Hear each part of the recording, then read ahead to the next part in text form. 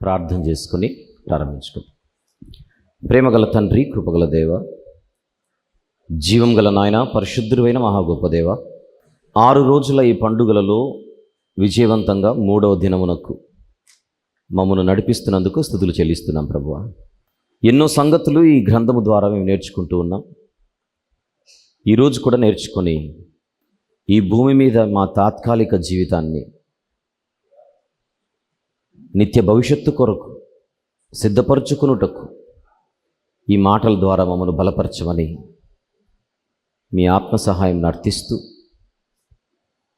మీ ప్రియకుమారుడు, మా ప్రభు ప్రియ రక్షకుడు నజరేయుడైన యేసుక్రీస్తు ప్రభువారు మా నిమిత్తము శిలువలో చిందించిన నిష్కలంకమైన రక్తమును ఆశ్రయించి ఇట్టి సంతోషముతో మీ యొద్దకొస్తూ ఆయన యొక్క ఘనమైన నామములోనే కొన్ని విన్నపములు స్తుతులతో కలిపి పవిత్రమైన మీ పాదముల చెంత పెట్టి సమర్పించి వేడుకొనుచున్నాము తండ్రి, ఆమెన్.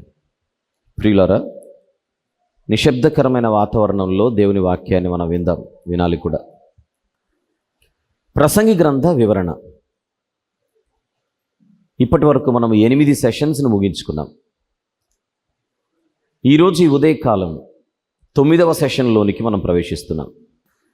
ప్రసంగి గ్రంథంలో మొత్తం 12 అధ్యాయాలు కనబడుతున్నాయి. ఈ పుస్తకాన్ని మనము 5 ప్రధాన భాగాలుగా విభజించుకున్నాం. ఆ 5 ప్రధాన భాగాలు ఏంటో స్క్రీన్ మీద చూస్తున్నాం. మొదటి 2 అధ్యాయాలు మొదటి ప్రధాన భాగం, అది పూర్తి చేసుకున్నాం గత రాత్రి. ఇక 2వ ప్రధాన భాగం 3, 4, 5 అధ్యాయాలు. ఆ 3 అధ్యాయాలతో కూడిన 2వ ప్రధాన భాగాన్ని ఇప్పుడు ప్రారంభించుకుంటున్నాం.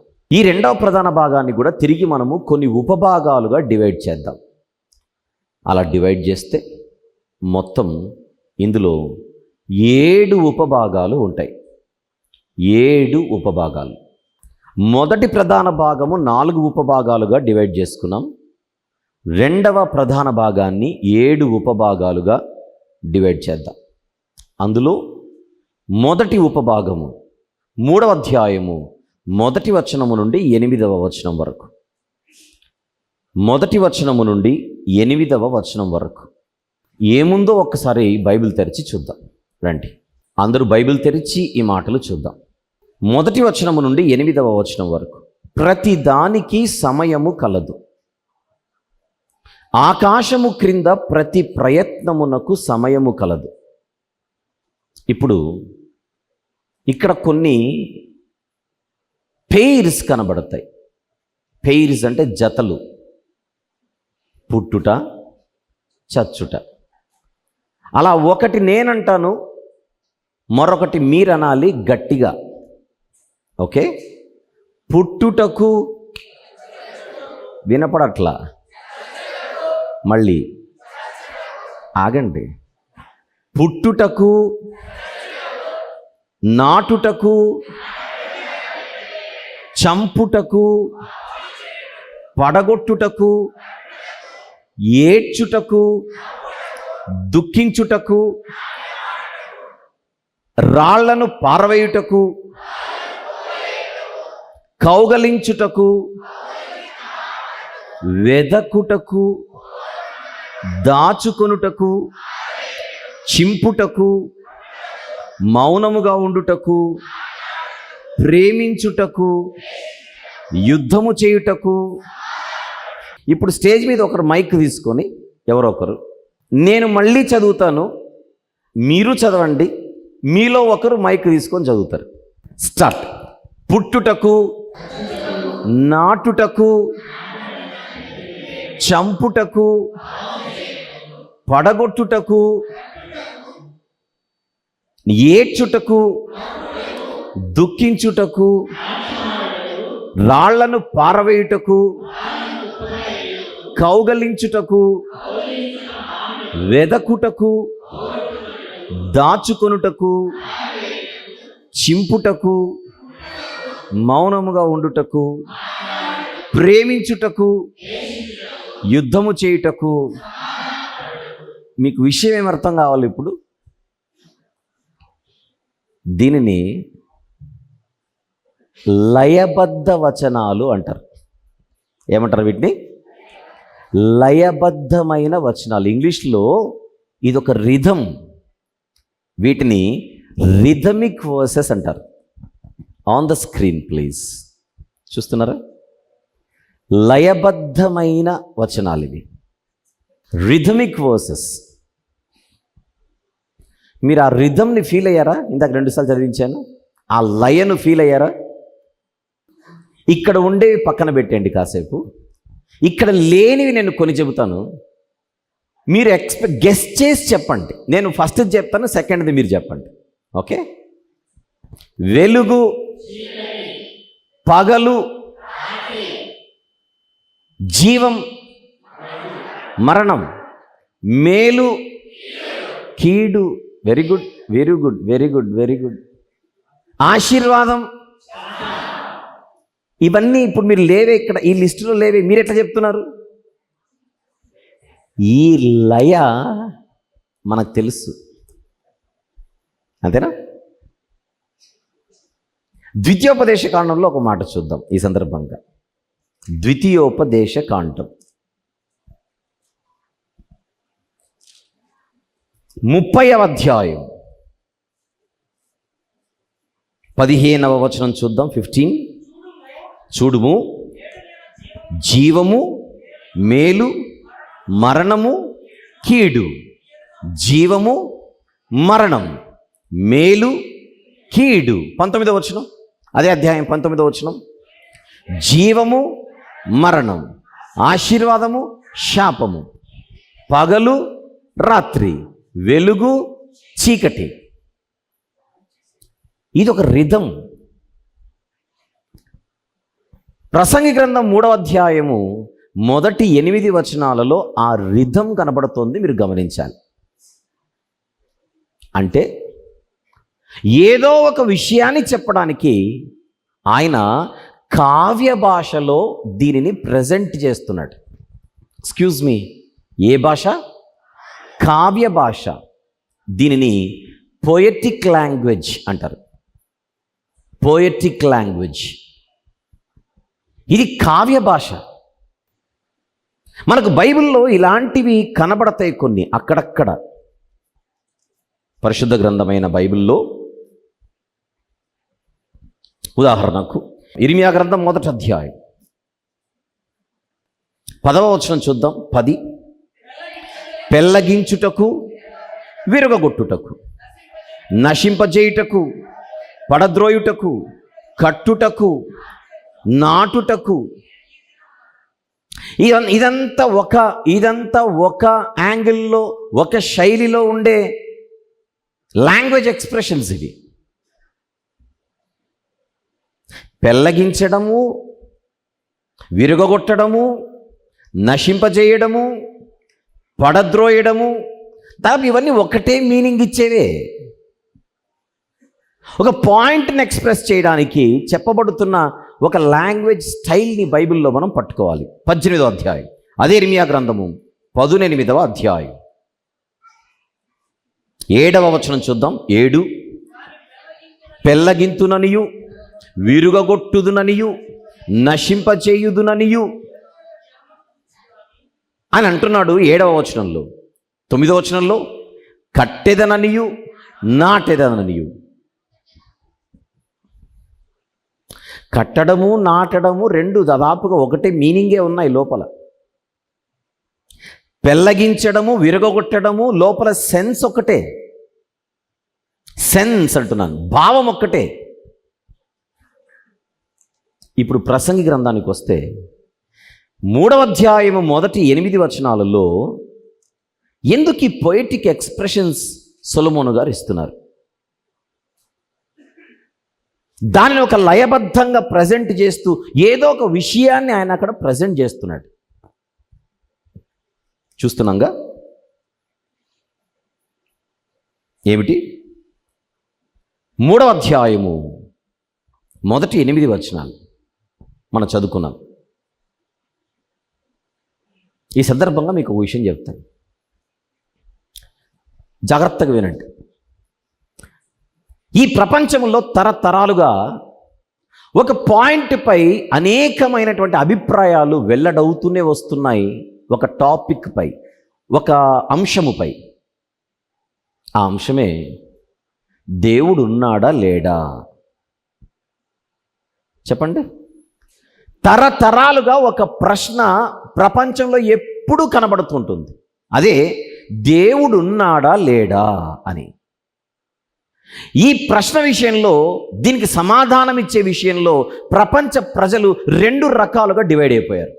ఒకరు ఆయన ఉన్నాడు అని చెప్పేవాళ్ళు, మరొకరు ఆయన లేడు అని చెప్పేవారు. విషయం ఏంటంటే, ప్రపంచంలో ఫిలాసఫర్స్గా పిలువబడే వాళ్ళు కూడా ఎందరో ఉండగా, తత్వజ్ఞానులు. ఆ తత్వజ్ఞానులలో కూడా రెండు రకాల వారు ఈ ప్రపంచ చరిత్రలో కనపడతారు. అందులో దేవుడు ఉన్నాడు అని నమ్మే ఫిలాసఫర్స్, దేవుడు లేడు అని అనుకునే ఫిలాసఫర్స్. అంటే లోక జ్ఞానులలో కూడా రెండు రకాలు ఉన్నారు. ఆయన ఉన్నాడు అని నమ్మేవారు, లేడు అని నమ్మేవారు. వీళ్ళిద్దరికి మధ్య చరిత్ర అంతటా కూడా ఎన్నో వాదోపవాదాలు జరుగుతూ వచ్చాయి. ఆర్గ్యుమెంట్స్.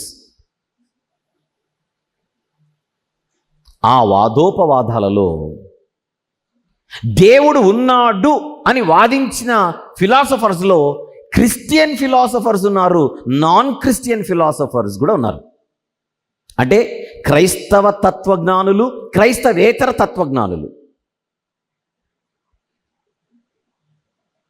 దేవుడు ఉన్నాడు అని వాదించే క్రైస్తవ తత్వజ్ఞానులైన, క్రైస్తవేతర తత్వజ్ఞానులైన వారు కొన్ని ఆర్గ్యుమెంట్స్ని ప్రపంచం ముందు ప్రజెంట్ చేశారు. ఏమిటి? కొన్ని ఆర్గ్యుమెంట్స్. దేవుడు ఉన్నాడు అని నమ్మే ప్రపంచ ఫిలాసఫర్స్ ఎవరైతే ఉన్నారో చరిత్రలో, వారు దేవుడు ఉన్నాడు అని చెప్పడానికి వాళ్ళు ప్రజెంట్ చేసిన ఆర్గ్యుమెంట్స్లో ఒక ఆర్గ్యుమెంట్ పేరు టెలియలాజికల్ ఆర్గ్యుమెంట్. చెప్పండి. టెలియలాజికల్ ఆర్గ్యుమెంట్. దీనిని తెలుగులో రూపకల్పన వాదన అని అంటారు. ఆన్ ద స్క్రీన్ చూడండి. ఇది ఒక ఫిలాసఫికల్ ఆర్గ్యుమెంట్. దేవుడు ఉన్నాడు అని చెప్పడానికి ప్రపంచ తత్వజ్ఞానులు ఈ ఆర్గ్యుమెంట్ని ప్రపంచం ముందు ప్రజెంట్ చేశారు, వినిపించారు. తెలుగులో దీనిని రూపకల్పన వాదన అని అంటారు, లేదా ఉద్దేశవాదన. చూస్తున్నారుగా. ఏమిటి టెలియలాజికల్ ఆర్గ్యుమెంట్? ఏమిటి రూపకల్పన వాదన? ఏమిటి ఉద్దేశవాదన అని ప్రశ్నిస్తే, దేవుడు ఉన్నాడు అని వాదించే ఫిలాసఫర్స్ ఒక్కసారి ఈ విశ్వాన్నంతటిని గమనించమని వారు పిలుపునిచ్చారు. దేవుడు ఉన్నాడు అని వాదించే ఫిలాసఫర్స్ ప్రపంచ ప్రజలందరినీ కూడా ఒక్కసారి మనం ఉంటున్నటువంటి ఈ విశ్వం అంతటిని అబ్జర్వ్ చేయండి, జనరల్గా గమనించండి. గమనిస్తే ఈ విశ్వం అంతటిలో ఒక ఆర్డర్ కనబడుతుంది, క్రమం.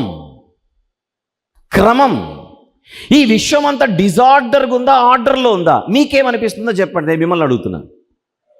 ఒక ఆర్డర్గా లేదు, ఒక ఆర్డర్లో ఉన్నట్టుగా లేదు. ఈ విశ్వంలో ఉండేటువంటి ఈ కార్యాలు, విశ్వపు పనులు, అంతెందుకు మనం ఉంటున్న సూర్యుడు, మనం ఉంటున్నటువంటి సౌర కుటుంబం, ఈ సౌర కుటుంబంలో చూస్తే ఎంత అద్భుతమైనటువంటి క్రమమైన పద్ధతిలో ఈ కాలచక్రం తిరుగుతూ ఉంటుంది. రేపు కలుద్దామండి అని అంటా నేను, అంతే అనాలి. ఒకవేళ సూర్యుడు వస్తే రేపు కలుద్దామండి అని ఎవడన్నాడు? ఏ పిచ్చోడు అన్నాడు. ఒకవేళ సూర్యుడు వస్తే అని అంటామా? ఒకవేళ సూర్యుడు రావడం ఏంటి? సూర్యుడు వస్తాడు. వస్తామని చెప్పిన మనం రాం.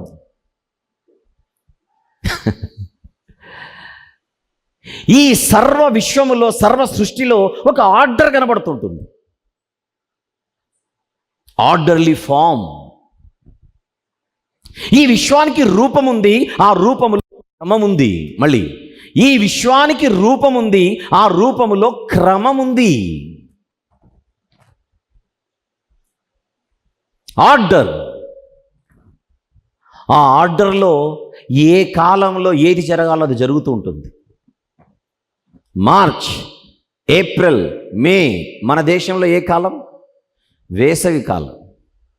తర్వాత వర్షాకాలం, తర్వాత చలికాలం. ఇది తరతరాలుగా చరిత్ర అంతటిలో క్రమము తప్పకుండా జరుగుతున్నటువంటి విశ్వక్రమం. ఈ తత్వజ్ఞానులు ప్రపంచాన్ని ప్రశ్నించింది. ఎవరైతే దేవుడు లేడు అని నమ్మేవారు ఉన్నారో, ఎవరైతే దేవుడు లేడు అని వాదించేవారు ఉన్నారో, వాళ్ళ ముందు వాళ్ళు ప్రజెంట్ చేసిన ఒక ట్రెడిషనల్ ప్రూఫ్ ఇది.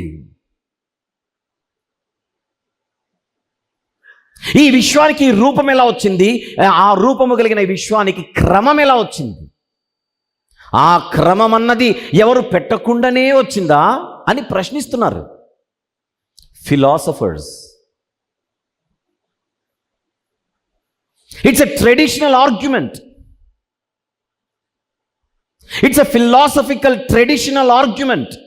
దేవుడు ఉన్నాడు అని నిరూపించడానికి.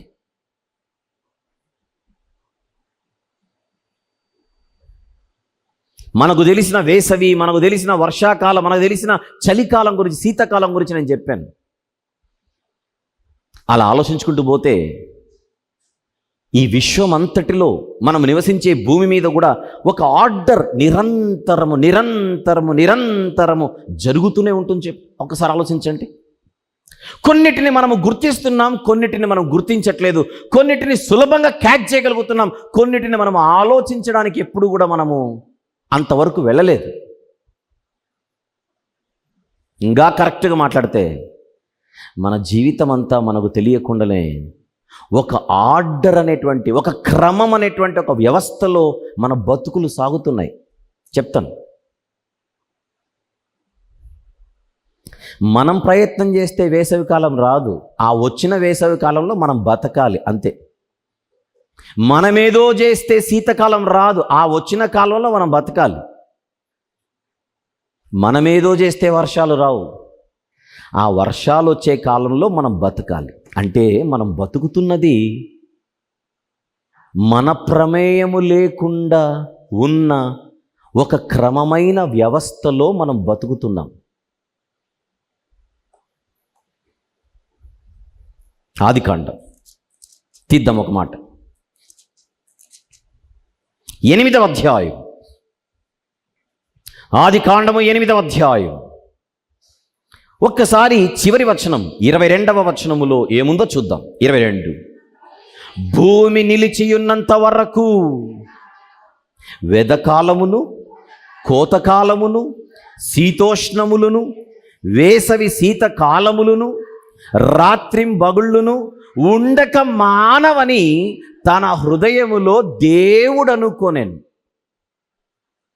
ఎవరనుకున్నారు? అది దేవుడు అనుకున్నాడు గనుక వెదకాలము, కోతకాలము, శీతోష్ణములు, వేసవి కాలం, శీతకాలము, రాత్రి పగలు. అవును, మనం ప్రయత్నం చేస్తే పగలు వస్తుందా? మనం ప్రయత్నం చేస్తే రాత్రి వస్తుందా? వచ్చిన పగల్లో మనం బతుకుతున్నామా? వచ్చిన రాత్రిలో మనం బ్రతుకుతున్నామా? ఎవరు ఏర్పరిచిన రాత్రిది? ఎవరు ఏర్పరిచిన పగలిది? సృష్టికర్త దేవుడు. ప్రపంచంలో ఎవడైనా దీనికి తలదించాల్సిందే, ఈ ఆర్గ్యుమెంట్కి. అందుకే రాత్రి 9 అయింది, కొడుకు ఇంకా ఇంటికి రాలేదు. ఏం మాట్లాడుకుంటారు ఇంట్లో వాళ్ళు? 9 అయినా వాడు ఇంకా రాలేదు. మాట్లాడుకోరు? రాత్రి 9 అయినా వాడు ఇంకా ఇంటికి రాలేదు. నేను అడుగుతున్నాను, ఎందుకు రావాలి? ఈ ప్రశ్న పగలు అడగలేదే మీరు? ఈ ప్రశ్న పగలు కూడా 9 అయింది. పగటి వేళ 9 గంటలకు బిడ్డ గురించిన టెన్షన్ లేదు, రాత్రి 9 అయ్యేసరికి బిడ్డ గురించిన టెన్షన్ మొదలైంది. నేను అందరూ అడుగుతున్నాను, రాత్రి 9 అయినా వాడిగా ఇంటికి రాకపోవడం ఏంటి, రాత్రి 10 అయినా వాడి ఇంటికి రాకపోవడం ఏంటి, ఏమిటి ప్రశ్నలు, ఎందుకు వస్తున్నాయి మనకి ఈ ప్రశ్నలు అంటే తెలియకుండానే మనము ఒక క్రమాన్ని అంగీకరిస్తున్నాం. ఏమని? రాత్రి అయ్యేసరికి ప్రతి ప్రాణి గూటికి చేరాలి. క్రమం. ఏ ప్రభుత్వం పెట్టింది రూల్? ఏ ప్రభుత్వం పెట్టింది రూల్? రాత్రి అయ్యేసరికి అందరు కుటుంబీకులు ఇంటికి వచ్చేయాలి. ఏ ప్రభుత్వం పెట్టింది? ఎవరు చెప్పారు? ఎవరు చెబితే ఈ జ్ఞానం మనకు వచ్చింది? 12 అయింది పడుకోరా అంటాం, మధ్యాహ్నం కూడా 12 అవుతుంది, అప్పుడు ఎందుకు అనం ఈ మాట? రాత్రి 12కే ఎందుకు ఈ మాట అప్లై అవుతుంది? 12 అవుతుంది, మీకేమైనా తెలివి ఉందా లేదా? పడుకోరా అంటే అర్థం ఏంటి? రాత్రి పడుకోవాలి. క్రమం. 9 అయినా వీడింగా లేవట్లేదు, 9 అయినా వాడింగా లేవట్లేదు. ఎందుకు లేవాలి? రాత్రి అనలేదన్నమాట. రాత్రి 12 అయ్యేసరికి పడుకోవాలి. ఉదయం 9 అవ్వగానే బుద్ధి ఉందా లేదా? పశువులాగా నిద్రపోతున్నాం. లే. ఓ, పగలు లేవాలి, రాత్రి పడుకోవాలి. పగలు మేల్కోవాలి, రాత్రుల్లో పడుకోవాలి. ఏ స్కూల్లో చెప్పారు ఈ మాట? ఏ టెక్స్ట్ బుక్లో ఉంది ఇది? ఏ సిలబస్లో ఉంది? ఏ యూనివర్సిటీలో మనం నేర్చుకున్నటువంటి మాట ఇది? సహజ క్రమం. ఇది న్యాచురల్ ఆర్డర్.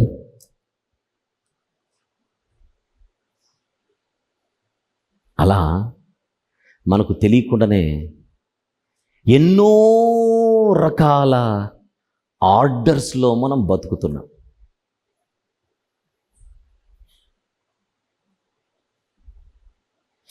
నాకు పెళ్ళి ఫిక్స్ అయిందండి ఒక బాబు వచ్చి చెప్పాడు. మన ఎక్స్ప్రెషన్ ఏంటప్పుడు? ఏం చెప్తాం? నాకు పెళ్ళి ఫిక్స్ అయింది అని ఎవరైనా అన్నారనుకోండి, మనం వెంటనే చెప్పేది ఏంటి చెప్పండి? కంగ్రాచ్యులేషన్స్ అంటాం. అంతేనా? నవ్వుతూ చెబుతామా, ఏడుస్తూ చెబుతామా?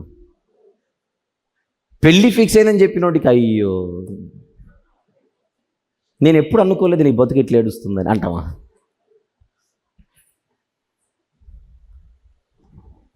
కొన్ని విన్నప్పుడు మనకు తెలియకుండానే నవ్వుతూ స్పందిస్తాం. కొన్ని విన్నప్పుడు మనకు తెలియకుండానే బాధతో స్పందిస్తాం. పలానా ఆయన చనిపోయారంటే రియలీ కంగ్రాచులేషన్స్ అంటామా? అనంగా పలానా ఆయన చనిపోయారు, అయ్యో ఎప్పుడండి? అరే నిన్న మాట్లాడాడండి నాతో. అంటే ఒక వార్తకు నవ్వు స్పందన, మరొక వార్తకు బాధ స్పందన. నవ్వే కాలం చెప్పండి, బాధపడే కాలం లేవా?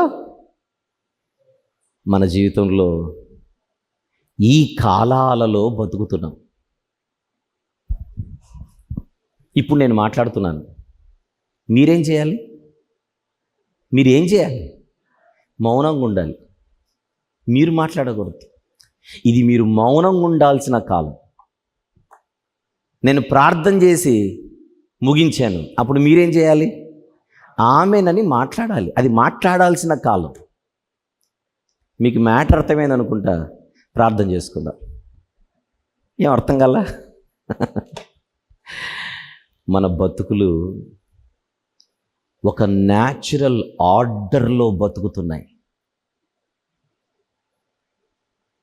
ఈ ఆర్డర్ను చూసేటప్పుడు మనకు అనిపించాలి, ఈ ఆర్డర్ని ఎవరో ఏర్పాటు చేశారు. అదే టెలియలాజికల్ ఆర్గ్యుమెంట్. ఇంకా కరెక్ట్గా చెబితే తెలుగులో రూపకల్పన వాదన అన్నారు. ఈ విశ్వానికి రూపముంది. రూపాన్ని ఇంగ్లీష్లో డిజైన్ అని కూడా అనొచ్చు. చెప్పండి, రూపాన్ని ఏమంటారు? డిజైన్. దేవుడు ఉన్నాడు అని చెప్పే ఫిలాసఫర్స్ వాళ్ళు లేవనెత్తిన వాదనే డిజైనర్ లేకుండా డిజైన్ ఉంటుందా అని ప్రశ్నించారు. చెప్పండి, డిజైనర్ లేకుండా డిజైన్ ఉంటుందా? ఈ విశ్వానికి డిజైన్ ఉన్నప్పుడు డిజైనర్ ఉండొద్దు. ఇల్లు బాగుంటే ఎవరు కట్టారు, బట్టలు బాగుంటే ఎవరు కుట్టారు, వంట బాగుంటే ఎవరు వండారు, విశ్వం బాగుంటే ఎవరు చేశారని అడిగి సావద్దు. అడగట్లా, ఎవరు చేయలేదు, దానంతట అదే వచ్చింది అంటున్నారు. దేవుడు లేడని చెప్పేటోళ్ళు,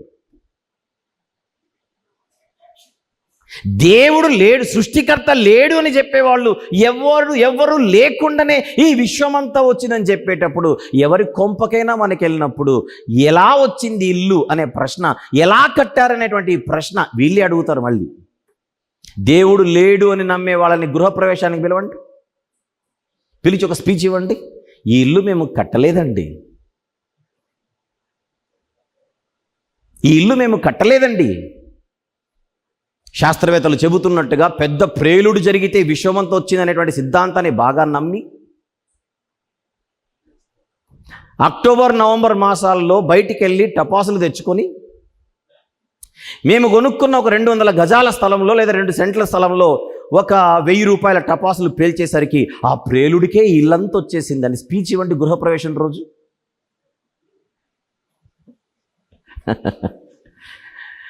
చెప్పినోడిని హైదరాబాద్ భాషలో ఎర్రగడ్డ కేసు అంటారు. పిచ్చాసుపత్రి కేసు. చాలాసార్లు చెప్పాను ఈ మాట. ఎన్ని మార్లు న్యూస్ పేపర్లలో మనం చదవలేదు, పేలిన సిలిండర్ కూలిన భవనం అని. పేలితే కూలుతుందన్నమాట. ఒకప్పుడు పెద్ద ప్రేలుడు జరిగింది, బిగ్ బ్యాంగ్. ఈ బిగ్ యూనివర్స్ వచ్చిందని చెప్తున్నారు కథలు. క్రియేటర్ లేడని చెప్పేటోళ్ళు. విషయం ఏంటంటే, శాస్త్రవేత్తలు, క్షమించండి, ఫిలాసఫర్స్ అనేవాళ్ళు ఈ ఆర్గ్యుమెంట్ని ప్రజెంట్ చేశారు, తప్పులేదు. ప్రపంచంలో తత్వశాస్త్ర పితామహుడు పుట్టకముందే ఈ ఫిలాసఫర్ సొలొమోను 3వ అధ్యాయము మొదటి 8 వచనాల్లో ఈ ఆర్గ్యుమెంట్నే ప్రజెంట్ చేస్తున్నాడు. రండి, ప్రసంగి గ్రంథం 3వ అధ్యాయం ఏముంది?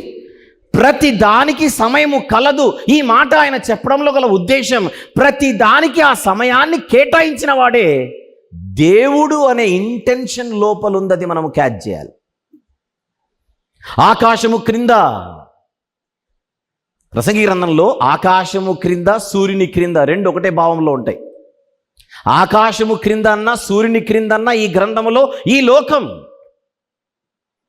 భూమి, ఈ లోకంలో ఎన్నో ప్రయత్నాలు జరుగుతున్నాయి.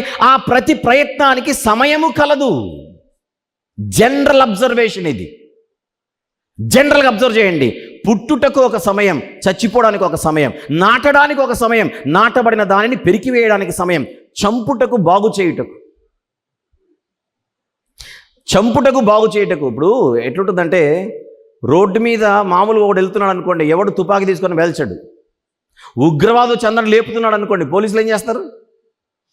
సోల్జర్స్, ఆర్మీ వాళ్ళు ఏం చేస్తారు? ఉగ్రవాదిని దండేసి దండం పెడతారా, లేపేస్తారా?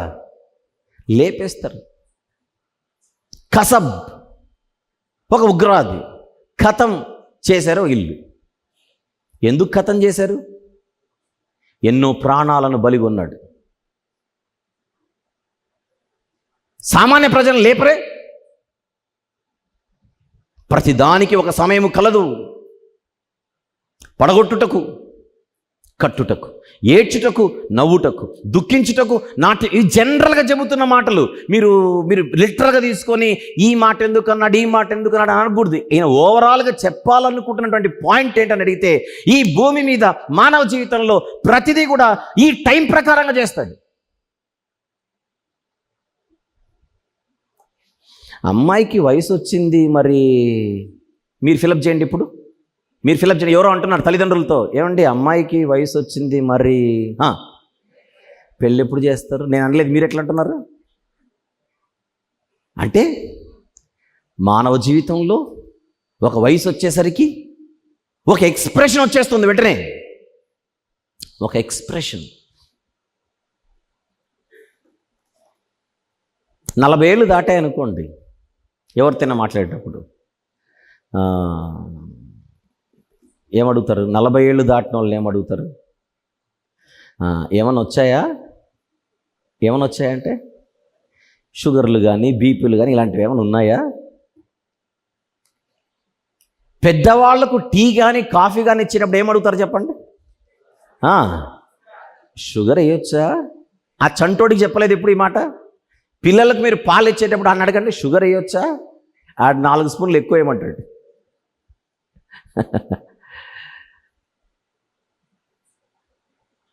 ఈ జ్ఞానం మనకుంది. అంతేనా? రాళ్లను కుప్పవేయటకు, దుఃఖించుటకు, అది ఏడ్చుటకు, నవ్వుటకు, దుఃఖించుటకు, నాట్యమాడుటకు మీరు అప్లై చేయండి. మన లైఫ్లో వీటన్నిటిని అప్లై చేయండి. రాళ్లను పారవేయుటకు, పొలములోని రాళ్ళు పారవేస్తేనే దున్నొచ్చు.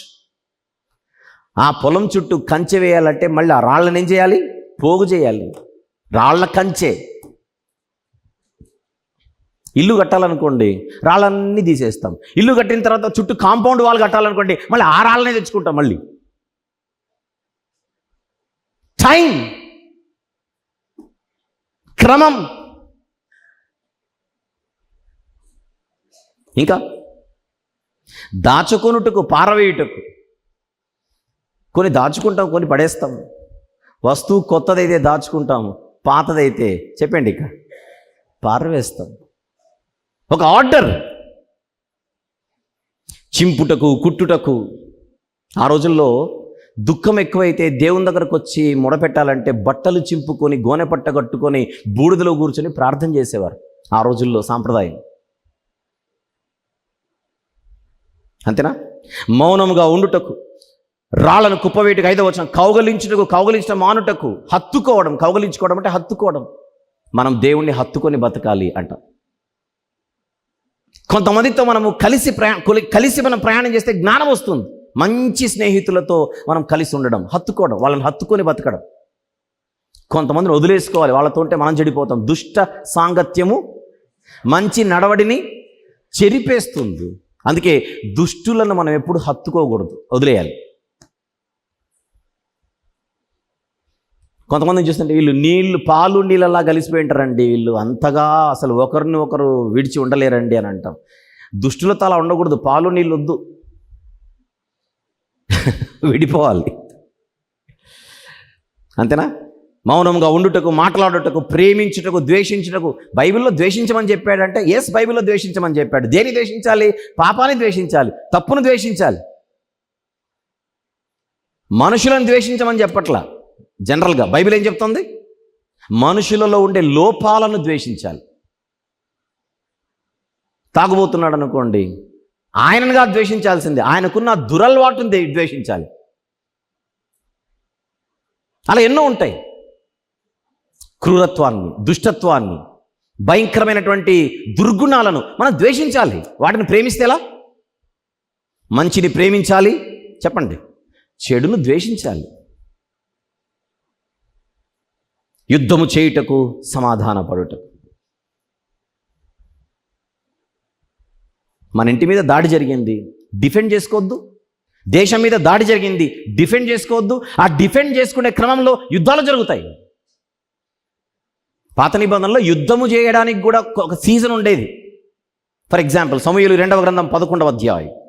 సమూయేలు 2వ గ్రంథం 11వ అధ్యాయం. వసంతకాలంలో యుద్ధాలకు వెళ్ళేవాళ్ళు. సమూయేలు 2వ గ్రంథం 11వ అధ్యాయం. మొదటి వచనం, వసంత కాలమున రాజులు యుద్ధమునకు బయలుదేరు సమయం. యుద్ధానికి వెళ్ళే సమయాలు కూడా ఉన్నాయి. వార్ సీజన్, అది వార్ సీజన్.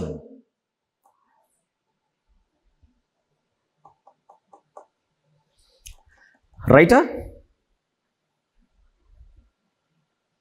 అలాంటి ఒక ఆర్డర్ కనబడుతుంది, గమనించండి. మనిషి ఒక ఆర్డర్లో ఉన్నాడు. ఏ వయసులో మనం ఏం చేయాలి, ఏ వయసులో పిల్లల్ని బడిలోకి చేర్పించాలి, ఏ వయసులో మనం వాళ్ళని ఈ విధంగా వారిని మలచాలి, ఏ వయసు వచ్చిన తర్వాత వాళ్ళకి ఇవి చెప్పాలి, ఏ వయసుకు వచ్చిన తర్వాత వాళ్ళ విషయంలో మనం ఈ నిర్ణయాలు తీసుకోవాలి. ఆర్డర్. ఎక్స్క్యూజ్ మీ, తలరాత అనట్లా, ఆర్డర్ అంటున్నాను. కొంతమంది దీనిని తలరాతకు మలిచారు, అందుకు చెప్తున్నాను. దేవుడు అన్నీ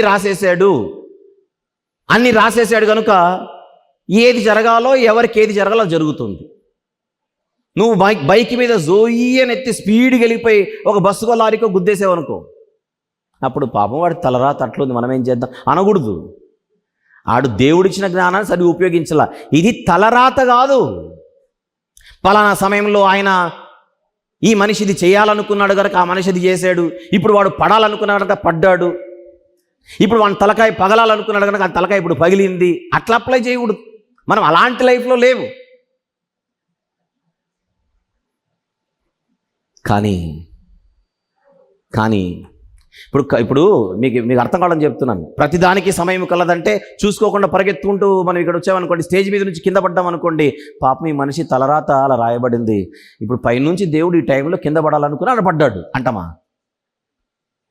నో. ఇక్కడ సెన్స్ అది కాదు, ఇక్కడ కాంటెక్స్ట్ అది కాదు. సొలొమోను గారు చెబుతున్నది అది కాదు. మనందరం ఎందులో ఉన్నాం? దేవుడు ఏర్పరిచిన ఒక క్రమబద్ధమైనటువంటి వ్యవస్థలో, ఒక క్రమములో, ఒక ఆర్డర్లో. దీనిని డివైన్ ఆర్డర్ ఏమంటారు? దీనిని divine order on the screen. Divine order చూసారా? దైవ క్రమం. ఆ దైవ క్రమములో మనం బతుకుతున్నాం.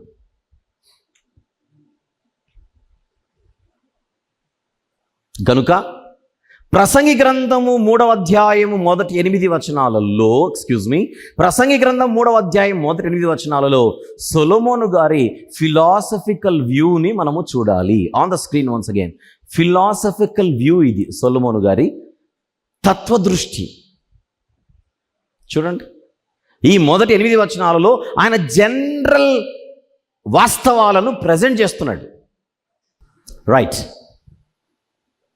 అంటే దేవునిని ఒప్పుకోకుండా దేవుడు లేడు అని అనుకోవడం అనేది అది బుద్ధిగల ఆలోచన కాదు, జ్ఞానము గల తలంపు కాదు, జ్ఞానము గల అభిప్రాయము కాదు, సిద్ధాంతము కాదు. దేవుడు ఉన్నాడు అని నమ్మడమే సహజత్వం. దేవుడు ఉన్నాడు అని ఒప్పుకొనని వాడు అసహజ స్థితిలో ఉన్నాడు, అన్యాచురల్ లైఫ్లో ఉన్నాడు. న్యాచురల్ లైఫ్కి అన్యాచురల్ లైఫ్కి ఒక చిన్న ఎగ్జాంపుల్ చెప్తాను. మనం అన్నం తింటే న్యాచురల్, గడ్డి తింటే అన్యాచురల్. పశువులు గడ్డి తినాలి, న్యాచురల్. మనుషులు ఆహారం, అన్నమో రొట్టెనో ఏదో మనకు ఉంటాయి, అవి తినాలి, న్యాచురల్. భోజనం చేయకుండా పొలంలోకి వెళ్ళి గడ్డి తింటున్నాడు అనుకునే మనిషి, ఆ విచిత్రంగానే చూడాలి మనం. ఆ మనిషిని విచిత్రంగానే చూస్తాం. చూస్తారా చూడరా అని అడుగుతున్నా నేను. అన్నం తినడం మానేసి గడ్డి తినే మనిషిని, మట్టి తినే మనిషిని, రాళ్ళు తినే మనిషిని, ఇటుకలు తినే మనిషిని చూస్తుంటే ఈడికేం పోయే కాలం, వీడు మనిషేనా అని అంటాం. అది ఎంత విచిత్రంగా మనకు అనిపిస్తుందో. ఎవడైనా దేవుడు లేడండి అన్నాడు అనుకోండి, ఇంతకంటే విచిత్రంగా అనిపించాలి, వీడు మనిషేనా అని. అంతకంటే అలానే అనిపించాలి. It's unnatural. Got the point? Very good. ప్రసంగి గ్రంథములోని 2వ ప్రధాన భాగంలో ఉన్నాం. ఆ రెండవ ప్రధాన భాగములో 3వ అధ్యాయంలో మొదటి 8 వచనాలను మనం చూస్తున్నాం. అందులో ఆయన జనరల్ అబ్జర్వేషన్ని ప్రజెంట్ చేశాడు. ఈ పదం అసలు మర్చిపోకండి. ఏ అబ్జర్వేషన్ని ప్రజెంట్ చేశాడు చెప్పండి? General observation. నేను అనడం ఏంటి, మీరు చూడండి అంటున్నాడు అంతే, ఓవరాల్గా. మర్చిపోకండి, నిన్న రాత్రి 2వ అధ్యాయంలో చివరి 3 వచనాలలో దైవ దృష్టికి మంచివాడుగా బతికిన వాడిని దేవుడు చల్లగా చూస్తాడు అన్న ఫైనల్ కంక్లూజన్ ఇచ్చాడు మొదటి ప్రధాన భాగానికి. ఆ లైన్నే తీసుకొని వెళ్తున్నాడు ఇప్పుడు. ఏమని? అన్ని యాంగిల్స్లో తన ప్రసంగాన్ని ప్రజెంట్ చేస్తున్నాడు ప్రసంగికుడు సొలొమోను గారు. ఆయన ప్రసంగం ఇది. వ్రాత రూపంలో ఉన్న సొలొమోను గారి ప్రసంగం అని చెప్పాను. ఆయన ఏది తీసుకున్నా దేవుడు అనేటువంటి పాయింట్ని ఆన్సర్గా చెప్పడానికే చేస్తున్న ప్రయత్నం ఇదంతా. ఎక్కడో 12వ అధ్యాయంలో దేవుని గురించి చెప్పాడు అనుకోకూడదు. ప్రతి అధ్యాయంలో ఆయన ఉద్దేశమేది. అందువలన ఈ క్రమాన్ని చూడండి, మన జీవితంలో, మన జీవిత చక్రములో క్రమాన్ని చూడండి. అది దేవుడు ఏర్పరిచిన క్రమం అని గుర్తించండి. బిడ్డ పుట్టాడు, దేవుడు ఏర్పరిచిన వ్యవస్థలో పుట్టాడు. ఒక మనిషి వెళ్ళిపోయాడు, చనిపోయి, దేవుడు ఏర్పరిచిన వ్యవస్థలో చనిపోయాడు. అన్నీ ఆయన ఏర్పరిచిన వ్యవస్థలే ఇవన్నీ.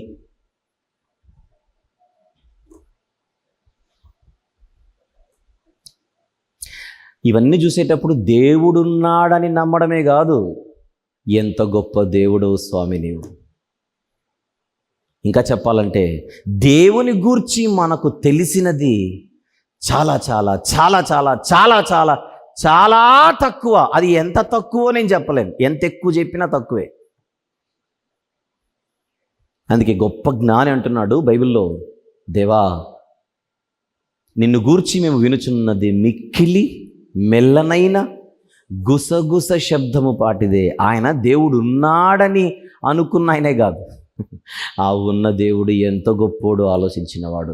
ఇంకా దేవుడు ఉన్నాడనే నమ్మని వాడు ఉన్నాడని ఎప్పుడు తెలుసుకోవాలి? ఆ ఉన్న దేవుడు ఎంత గొప్పోడో ఎప్పుడు తెలుసుకోవాలి? అంటే వాళ్ళు లాస్ట్ బెంచ్ స్టూడెంట్స్ కూడా. దేవుడు లేడు అనేవాడు జీవితంలో లాస్ట్ బెంచ్ విద్యార్థి కూడా కాదు, బయట డోర్ బయట కూర్చున్న విద్యార్థి. క్లాసుల్లోకి రావాలి, బెంచ్ మీద కూర్చోవాలి, క్లాసులు వినాలి. దేవుని విషయంలో దేవుని గూర్చి మనము విన్నది తక్కువ, ఆయన గూర్చి ఉన్నది ఎక్కువ. ఆయన బలము, ఆయన శక్తి, ఆయన సామర్థ్యం, ఆయన జ్ఞానం, ఆయన ఏర్పరిచిన క్రమం, ఆయన ఏర్పరిచిన వ్యవస్థ ఈ సృష్టి అంతటిలో కనపడుతుంటుంది. చెప్దామా దేవునితో ఈరోజు? దేవా నిన్ను గూర్చి మేము విన్నది తక్కువ, నిన్ను గూర్చి ఉన్నది ఎక్కువ. అందరు చెప్దాం ఈ మాట. నేను చెప్పిందే రిపీట్ చేయండి.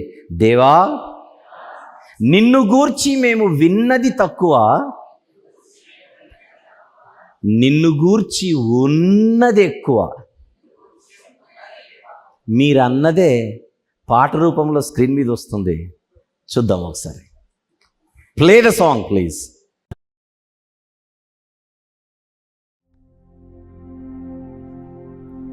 దేవుని గూర్చి మనకు వినబడుచున్నది మిక్కిలి మెల్లనైన గుసగుస శబ్దము పాటిదే కదా.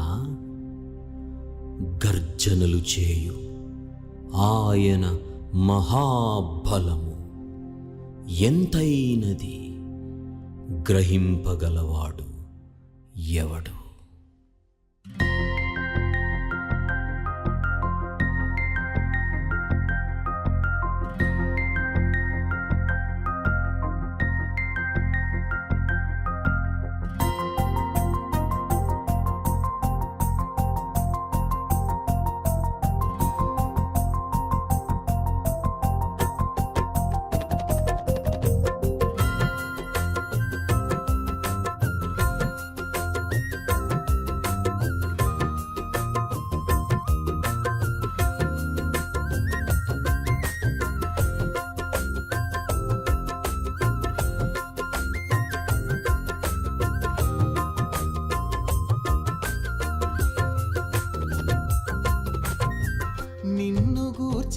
ఉన్నది ఎంత ఎంత ఎక్కువ, నిన్ను గూర్చి విన్నది ఎంత ఎంత తక్కువ. నిన్ను గూర్చి ఉన్నది ఎంత ఎంత ఎక్కువ, నిన్ను గూర్చి విన్నది ఎంత ఎంత తక్కువ. మిక్కిలి మెల్లనైనా శబ్దమే కదా దేవా, మిక్కిలి మెల్లనైనా శబ్దమే కదా. మహాబలము నీది ఎంతో గ్రహించువాడు ఎవడు లేడు, గ్రహించువాడు ఎవడు లేడు. నిన్ను గూర్చి ఉన్నది ఎంత ఎంత ఎక్కువ, నిన్ను గూర్చి విన్నది ఎంత ఎంత తక్కువ.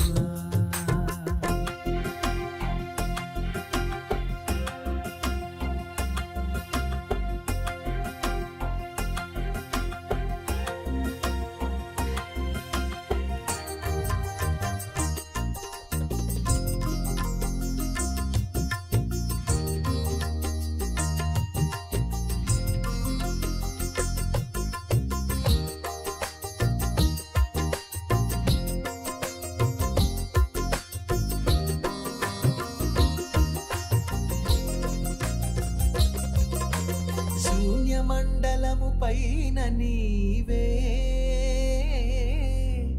ఆకాశమునే గొప్పగా పరచితివే.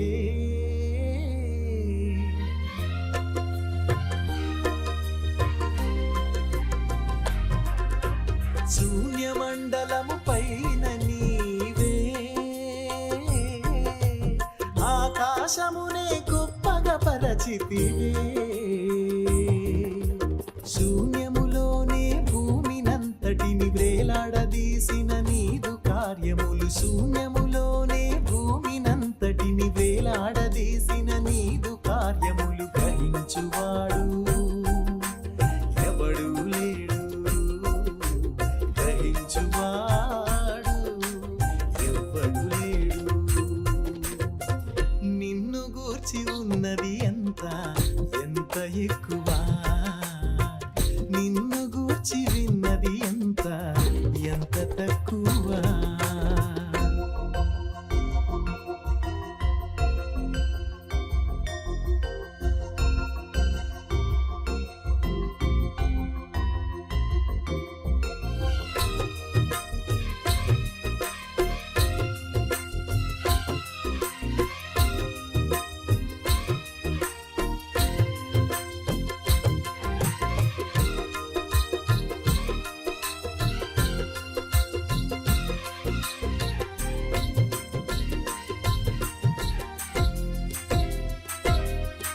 మేఘాలే చినిగిపోకుండా వాటిలో నీటిని ఉంచిన దేవుడవే.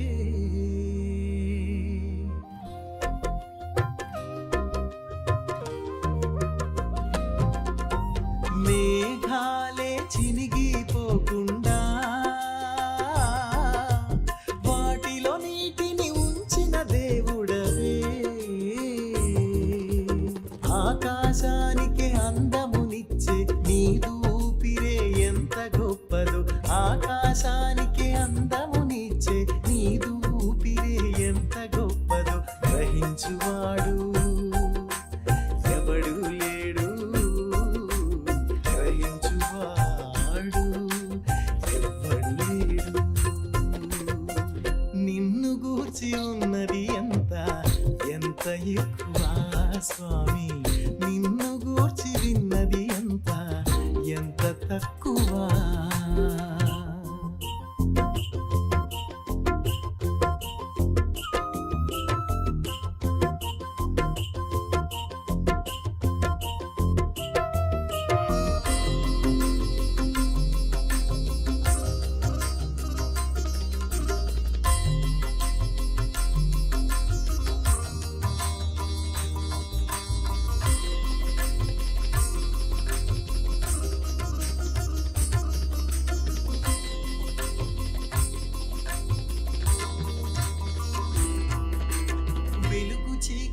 సరిహద్దుల వరకే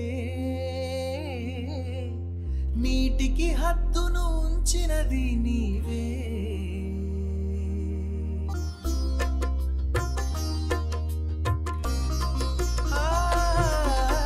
వెలుగు చీకటుల సరిహద్దుల వరకే నీటికి హద్దును ఉంచినది నీవే. మేఘమునే వ్యాపింపజేసి నీవు దాచిన నీదు కాంతినే, మేఘమునే వ్యాపింపజేసి నీవు దాచిన నీదు కాంతినే గ్రహించువాడు ఎవడు లేడు, గ్రహించువాడు ఎవడు లేడు. నిన్ను గూర్చి ఉన్నది ఎంత ఎంత ఎక్కువ తండ్రి, నిన్ను గూర్చి విన్నది ఎంత ఎంత తక్కువ.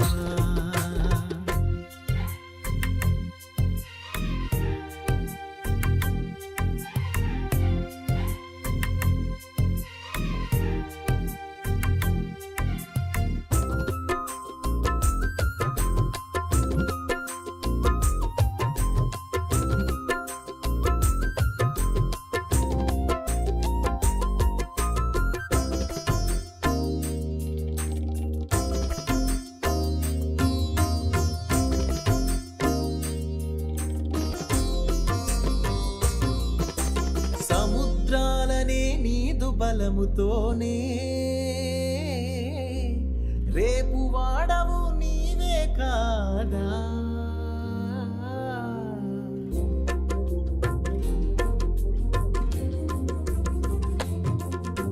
సముద్రాలనే నీదు బలముతోనే రేపు వాడవు నీవే కాదా. విశ్వస్తంభాలే విస్మయముంది నీవు గద్దిస్తే అదిరే సంగతి. విశ్వస్తంభాలే విస్మయముంది నీవు గద్దిస్తే అదిరే సంగతి. గ్రహించువాడు ఎవడు లేడు, గ్రహించువాడు ఎవడు లేడు. నిన్ను గూర్చి ఉన్నది ఎంత ఎంత ఎక్కువ, నిన్ను గూర్చి విన్నది ఎంత ఎంత తక్కువ. నిన్ను గూర్చి ఉన్నది ఎంత ఎంత ఎక్కువ, నిన్ను గూర్చి విన్నది ఎంత ఎంత తక్కువ. మిక్కిలి మెల్లనైనా శబ్దమే కదా దేవా, మిక్కిలి మెల్లనైనా శబ్దమే కదా. మహాబలము నీది ఎంతో గ్రహించువాడు ఎవడు లేడు, గ్రహించువాడు ఎవడు లేడు, గ్రహించువాడు ఎవడు లేడు, గ్రహించువాడు ఎవడు లేడు.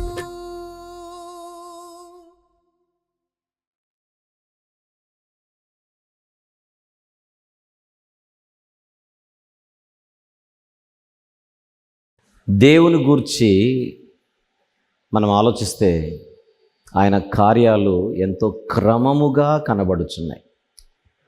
అది ఆకాశంలో కనబడే విశ్వక్రమమే కాదు, ఈ భూమి మీద కనబడే మన జీవిత క్రమము కూడా ఆయన ఏర్పరిచిన క్రమముగానే కనబడుతోంది. ఎన్నో ఉదాహరణలతో ఇవన్నీ మనం మాట్లాడుకున్నాం. ఆలోచించండి.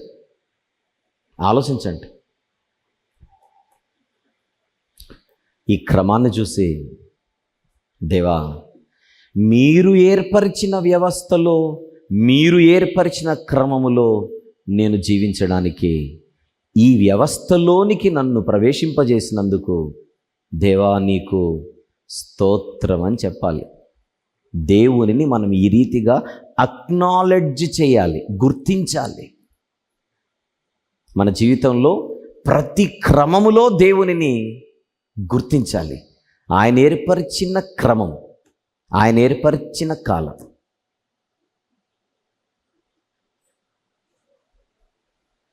అందుకే ఈ మొదటి వచనం నుండి 8వ వచనం వరకు ఉన్న ఈ భాగానికి ఒక టైటిల్ ఇద్దాం. On the screen please. మొదటి వచనము నుండి 8వ వచనం వరకు ఏమిటది? ఒక క్రమమైన ప్రపంచంలో మనం బతుకుతున్నాం. మనము ఒక క్రమమైన ప్రపంచంలో, ఆ క్రమం ఏంటో ఇంతవరకు మనం మాట్లాడుకున్నాం. రైట్? ఎక్కడి నుంచి ఎక్కడ వరకు ఉన్న వచనాలకి టైటిల్ మనం ఇచ్చుకుంటున్నాం? మొదటి వచనము నుండి 8వ వచనం వరకు. రైట్. ఇక్కడతో మనకు 2వ ప్రధాన భాగములోని మొదటి ఉపభాగము సమాప్తం. 2వ ప్రధాన భాగములోని మొదటి ఉపభాగము సమాప్తం. ఎంతమందికి అర్థమైంది చెప్పండి? మొదటి ఉపభాగం అర్థమైందా? ఇప్పుడు ఈ థాట్స్ని మనసులో పెట్టుకొని తర్వాత దాన్ని మీరు మెడిటేట్ చేయాలి, చదవాలి, ఆలోచించాలి. అప్పుడు అది ప్రింట్ అయిపోతుంది మన మైండ్లో. చేస్తారా ఆ పని? Very good. పోతే ఈ సందర్భంగా నేను ఒక మాట చెప్తాను. దేవుడు ఏర్పరిచిన క్రమములో మనము బతుకుతున్నాము అనేది తేలిపోయింది. ఎలా అబ్జర్వ్ చేస్తే జనరల్గా అబ్జర్వ్ చేసిన విషయం అది కనబడిపోతుంది. అయితే ఆయన ఏర్పరిచిన క్రమములో మనం బతుకుతున్నాము అన్నది మాత్రమే కాదు మనం అబ్జర్వ్ చేయాల్సింది. అందరు క్యాచ్ చేద్దాం ఈ పాయింట్. ఆయన ఏర్పరిచిన, ఆయన నియమించిన క్రమములో మేము మనం బతుకుతున్నాము అని మాత్రమే ఆలోచించి ఫుల్ స్టాప్ పెట్టకూడదు. ఒక మాట చెప్పనా? ఏదెను వనములో ఆదాము గారు నుంచాడు ఒకప్పుడు. నేను ఏ మాట చెప్పినా అవసరమైందే మాట్లాడతాను కనుక మీరు ఏ ఒక్క పాయింట్ కూడా మిస్ అవ్వకండి. పొరపాటును కూడా సెల్ ఫోన్లు చూసుకుంటూ వినకండి, మైండ్ డైవర్ట్ అవుతుంది. ఏదో మెసేజ్ వచ్చింది, ఏంటో చూద్దాం, 2 నిమిషాలు మీరు చూసుకునేసరికి మీకు కనెక్షన్ లింక్ తెగిపోతుంది. అటెన్షన్ అస్సలు డైవర్ట్ చేసుకోకండి. నేను ఒక ఎగ్జాంపుల్ చెప్పానంటే అవసరం కనుక చెప్తాను. కుదిరితే మీ ఫోన్ని పగలగొట్టి ఫోటో తీసి మాకు పెట్టండి, స్క్రీన్ మీద చూపిస్తాను. అంత ప్రమాదం అది. విందాం జాగ్రత్తగా.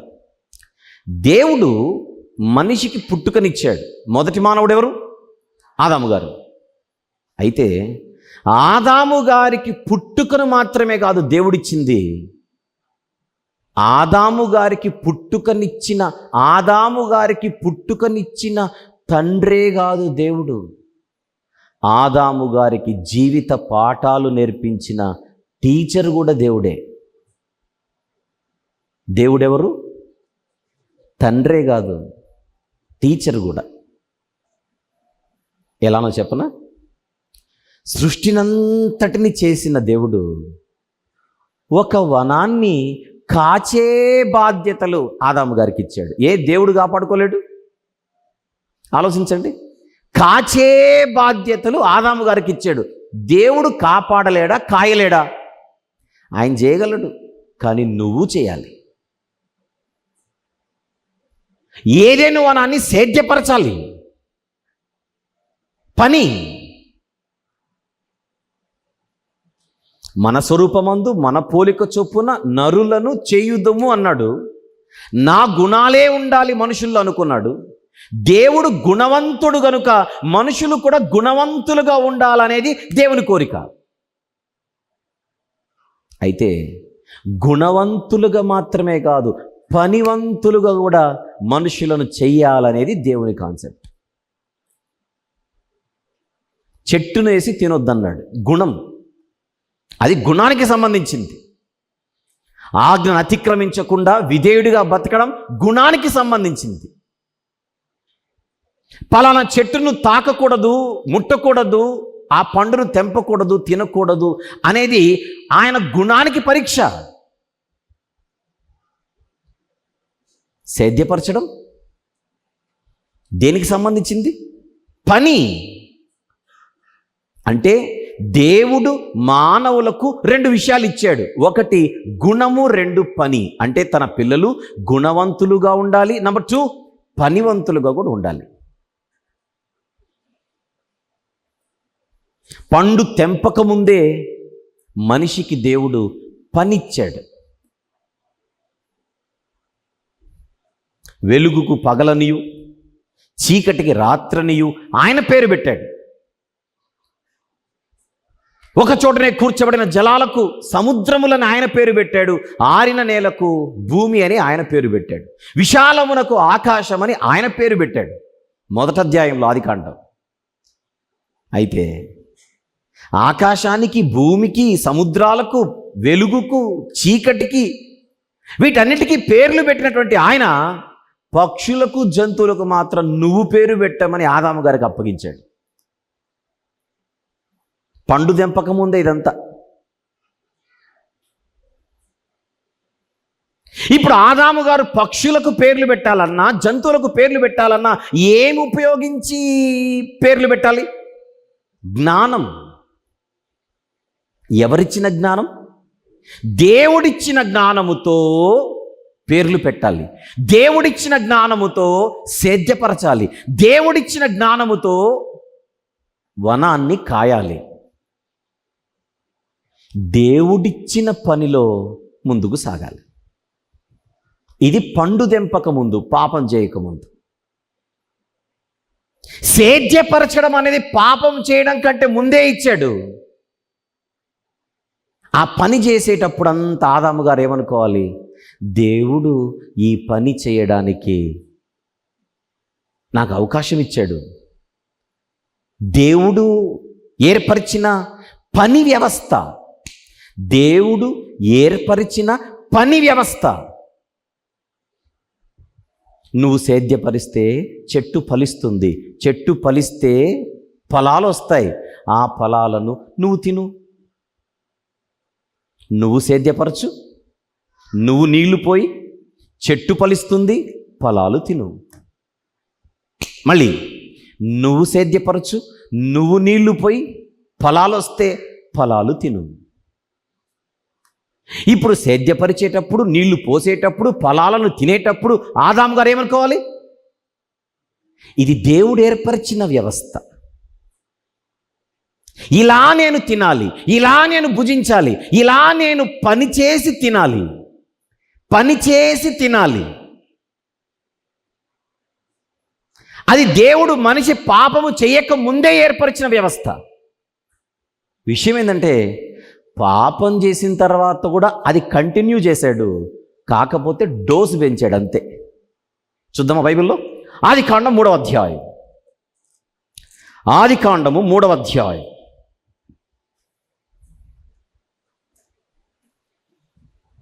17వ వచనం. 17. ఆయన ఆదాముతో, నీవు నీ భార్య మాట విని తినవద్దని నేను నీకు ఆజ్ఞాపించిన వృక్ష ఫలములు తింటివి గనుక నీ నిమిత్తము నేల శపింపబడి ఉన్నది. ప్రయాసముతోనే నీవు బ్రతుకు దినములన్నీ దాని పంట తిందువు.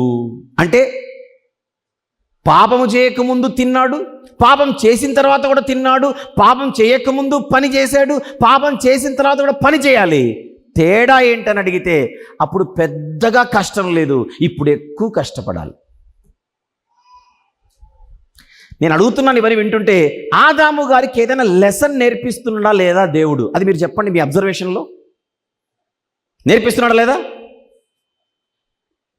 మీరు ఎప్పుడైనా మీ పిల్లలకు ఇలాంటి పాఠాలు చెప్పారా?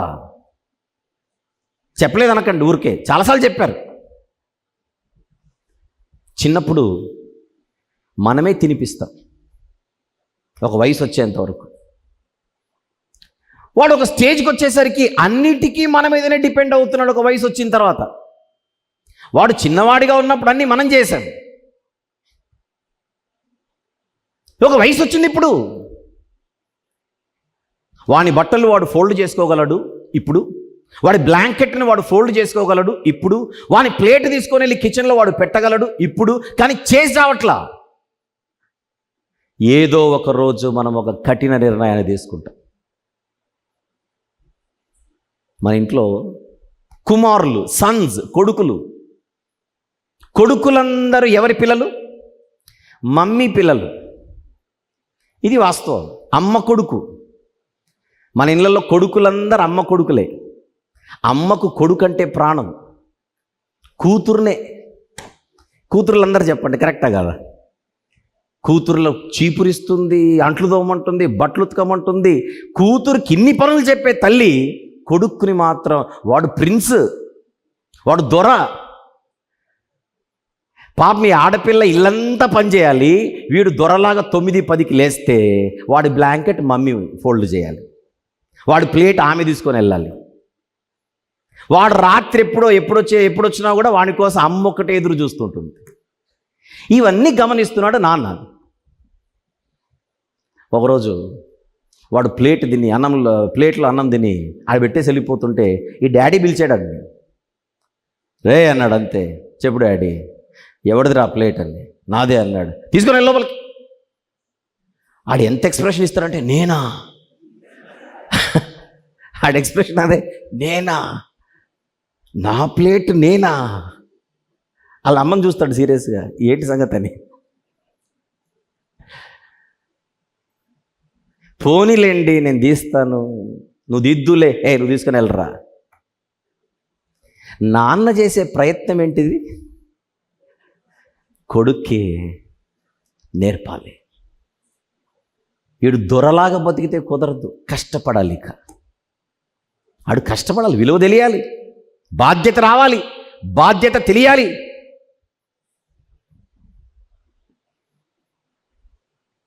నాన్న ఈ మధ్య మారిపోయాడు మమ్మీ అంటాడు లోపలికి వెళ్ళి. నాన్న మారిపోయాడు. పోరిలేరా, ఆ మనిషి అంతే. నేను పెళ్ళైనప్పుడు చూస్తున్నా, నువ్వు ఇప్పుడు చూస్తున్నా.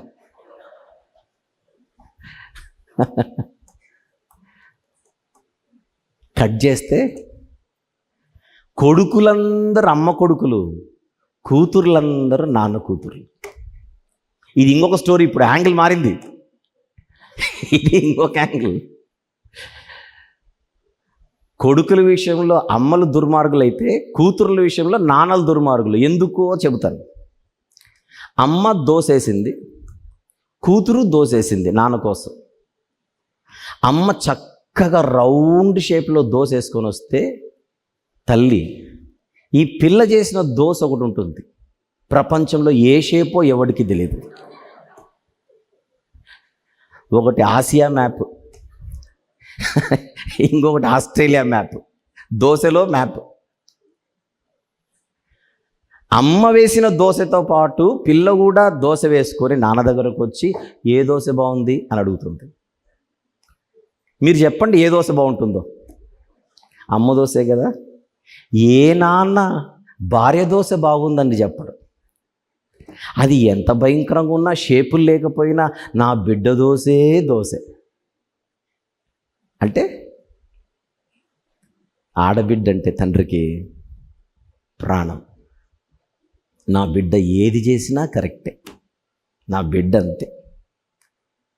నువ్వు ఇలానే అంటుండు, రేపు పొద్దు నా పిల్ల అక్కడికి వెళ్ళిన తర్వాత ఆ కష్టాలు అనుభవిస్తే నువ్వే కారకుడివి అంటుంది లోపల డైలాగ్. ఎవరి డైలాగ్ ఇది? అమ్మ డైలాగ్. ఎవరితో కొట్టే డైలాగ్ ఇది? భర్తతో కొట్టే డైలాగ్. ఎవరి గురించిన డైలాగ్ ఇది? పాప గురించి. ఇక్కడున్న డాడీలందరికీ ఒక మాట, మీ ఇంట్లో శ్రీమతి మీకు చెప్పట్లేదు కానీ ఆడపిల్లల్ని చాలా బెదిరిస్తుంటారు వాళ్ళు. మీ నాన్న పోని నీ సంగతి చెప్తానని.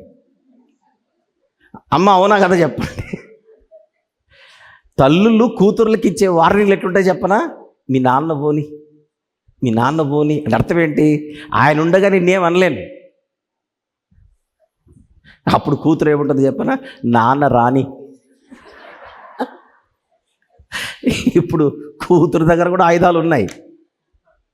మీ నాన్న పోని, అమ్మ మా నాన్న రాని అంటుంది బిడ్డ. సరే, ఇప్పుడు పాయింట్కి వద్దాం. తండ్రి కొడుకు పాఠాలు నేర్పిస్తున్నాడు మన ఇళ్ళల్లో. తల్లి కూతురికి పాఠాలు నేర్పుతుంది మన కుటుంబాలలో. ఆ పాఠాలు నేర్పించే క్రమంలో ప్రాక్టికల్గా వారికి కొంచెం కష్టం అనిపిస్తుంది. కష్టమే. ఇల్లంతా ఊడవడం కష్టమే, అంట్లు తోమడం కష్టమే, బట్టలు ఉతకడం కష్టమే, ఈ కొడుకు బజారుకెళ్ళి కూరగాయలు తేవడం కష్టమే, ఇవన్నీ కష్టమే అనుకుంటే. కానీ ప్రతి కష్టములో కూడా ఒక పాఠం ఉంది. ఇప్పుడు ఏంటో చెప్పనా, ఈ పిల్లలు పెరిగి పెద్దవారై ఒక స్టేజ్కి వచ్చిన తర్వాత వాళ్ళ పనులు వాళ్ళు చేసుకుంటూ వెళ్ళిపోతుంటారు, వాళ్ళ పనులు వాళ్ళు చేసుకుంటూ వెళ్ళిపోతుంటే ఎవరు అడిగారు, అసలు నువ్వు ఎవరి మీద డిపెండ్ అవ్వకుండా ఇంత చక్కగా ఎలా వెళ్తున్నావు అని అడిగితే, అప్పుడు ఇద్దరు కొడుకు కూతురు ఇద్దరు చెప్పేది ఏంటో చెప్పనా ఎదురోటికి, చిన్నప్పుడు మా అమ్మ నాన్న మమ్మల్ని అలా పెంచారు. చెప్పరా, చిన్నప్పుడు మా అమ్మ అలా పెంచింది, చిన్నప్పుడు మా నాన్న అలా పెంచాడు. అంత స్ట్రిక్ట్గా వాళ్ళు పెంచడం వలననే ఈరోజు నాలో ఈ డిసిప్లిన్ అనేది వచ్చింది. చెప్పమా ఈ సాక్ష్యం, మనం టెస్ట్ మని చెప్పమా. ఇది మీకు అర్థమైతే, తప్పు చేసిన కుమారుడికి దేవుడు పనిష్మెంట్ ఇచ్చాడు. తప్పు చేస్తే ఎఫెక్ట్ ఇట్లుంటుందని. అదే నేలే, అదే భూమే, అదే సేద్యపరచడమే, అదే తిండే, అదే పండే. గీత దాటక ముందు నీకు ఈజీగా వచ్చింది, గీత దాటితే అదే పనే, అదే పండే కష్టమవుతుంది నీ చేతికి రావడానికి. That is the lesson. ఇప్పుడు కష్టపడి పని చేసే మనిషి కష్టపడే ప్రతిసారి అనుకోవాలి, నేను తప్పు చేయనంత వరకే హ్యాపీగా ఉంటాను, తప్పు చేస్తే దేవుని నుండి బెత్తము దెబ్బలు తప్పవు అన్న భయం మనిషిలో పెట్టాడు. అందరినీ మర్చిపోండి, ఆదాము గారిని ఆలోచించండి. ఆదాము గారికి కష్టపడి పని చేసే ప్రతిసారి పాస్ట్ గుర్తుకు రాదు. ఒకప్పుడు ఎంత ఈజీగా ఉండేది, భూమి ఫలించడానికి నా ప్రయాసకు ఫలం, నా కష్టానికి చాలా ఈజీగా రిజల్ట్ వచ్చేది. కానీ ఈరోజు ప్రయాసం ఎక్కువ చేయాల్సి వస్తుంది. దీనికి కారణం నేను ఒకరోజు దేవునికి భయపడకపోవడమే. దేవునికి భయపడకపోతే పరిస్థితి ఇట్లుంటుందన్నమాట. అప్పుడు పండిచ్చింది దేవుడే చెట్లకు, ఇప్పుడు ఫలాలను ఇస్తున్నది దేవుడే. అప్పుడైనా ఇప్పుడైనా ఇచ్చేది మాత్రం దేవుడే. కానీ నేను కరెక్ట్గా ఉంటే ఈజీగా ఇస్తాడు, నేను తేడా కొడితే ఆ ఇచ్చేదానిని బిగబట్టిస్తాడు.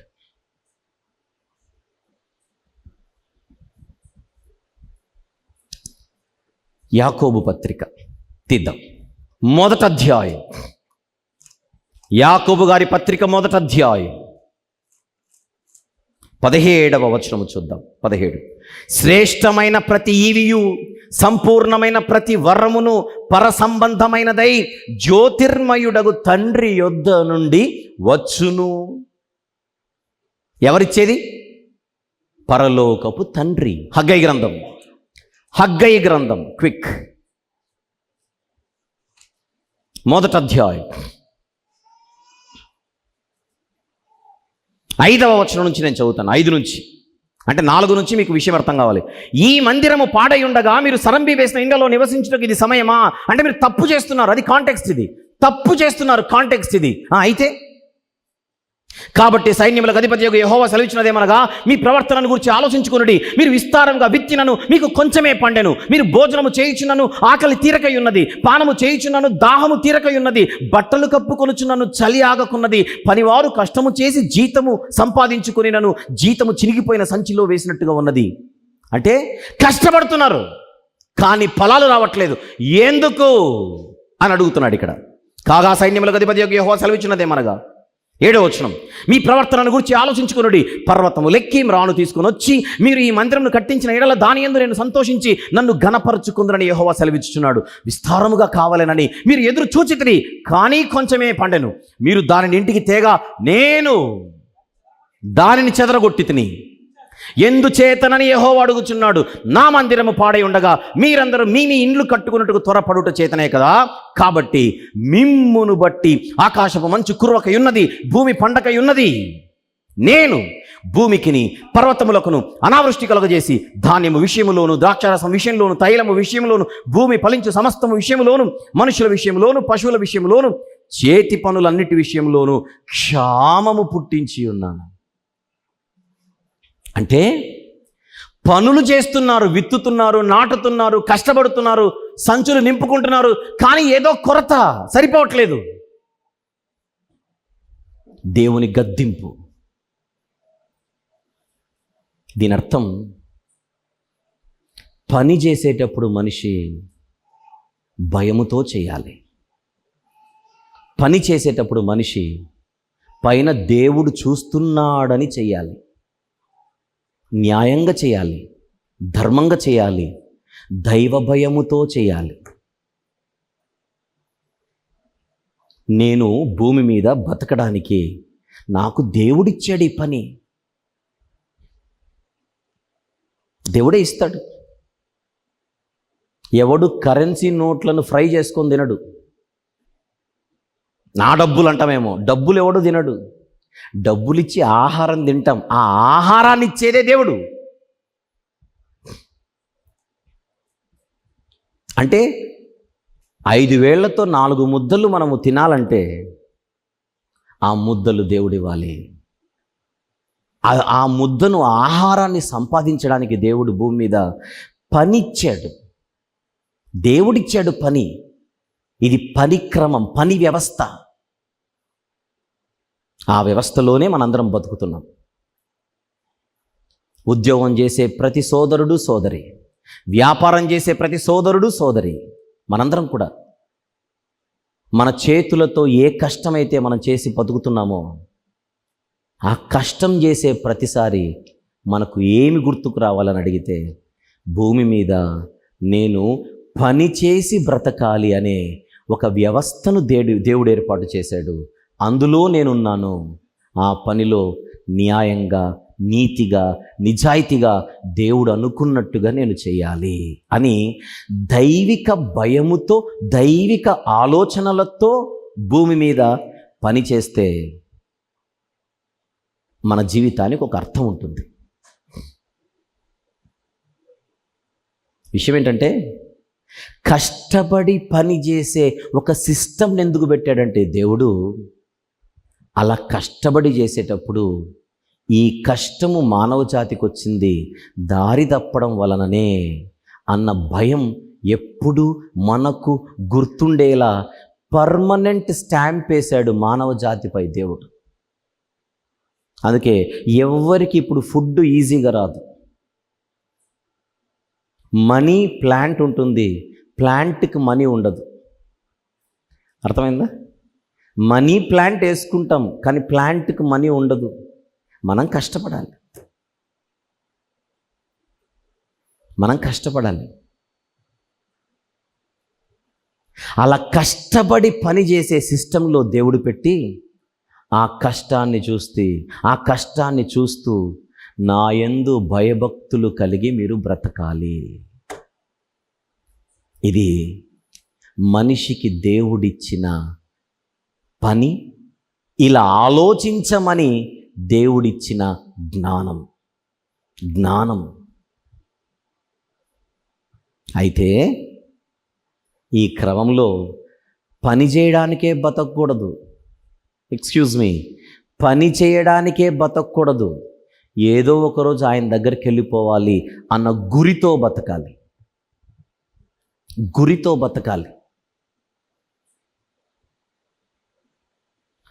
పనిచ్చిన దేవుడు జ్ఞానాన్నిచ్చాడు.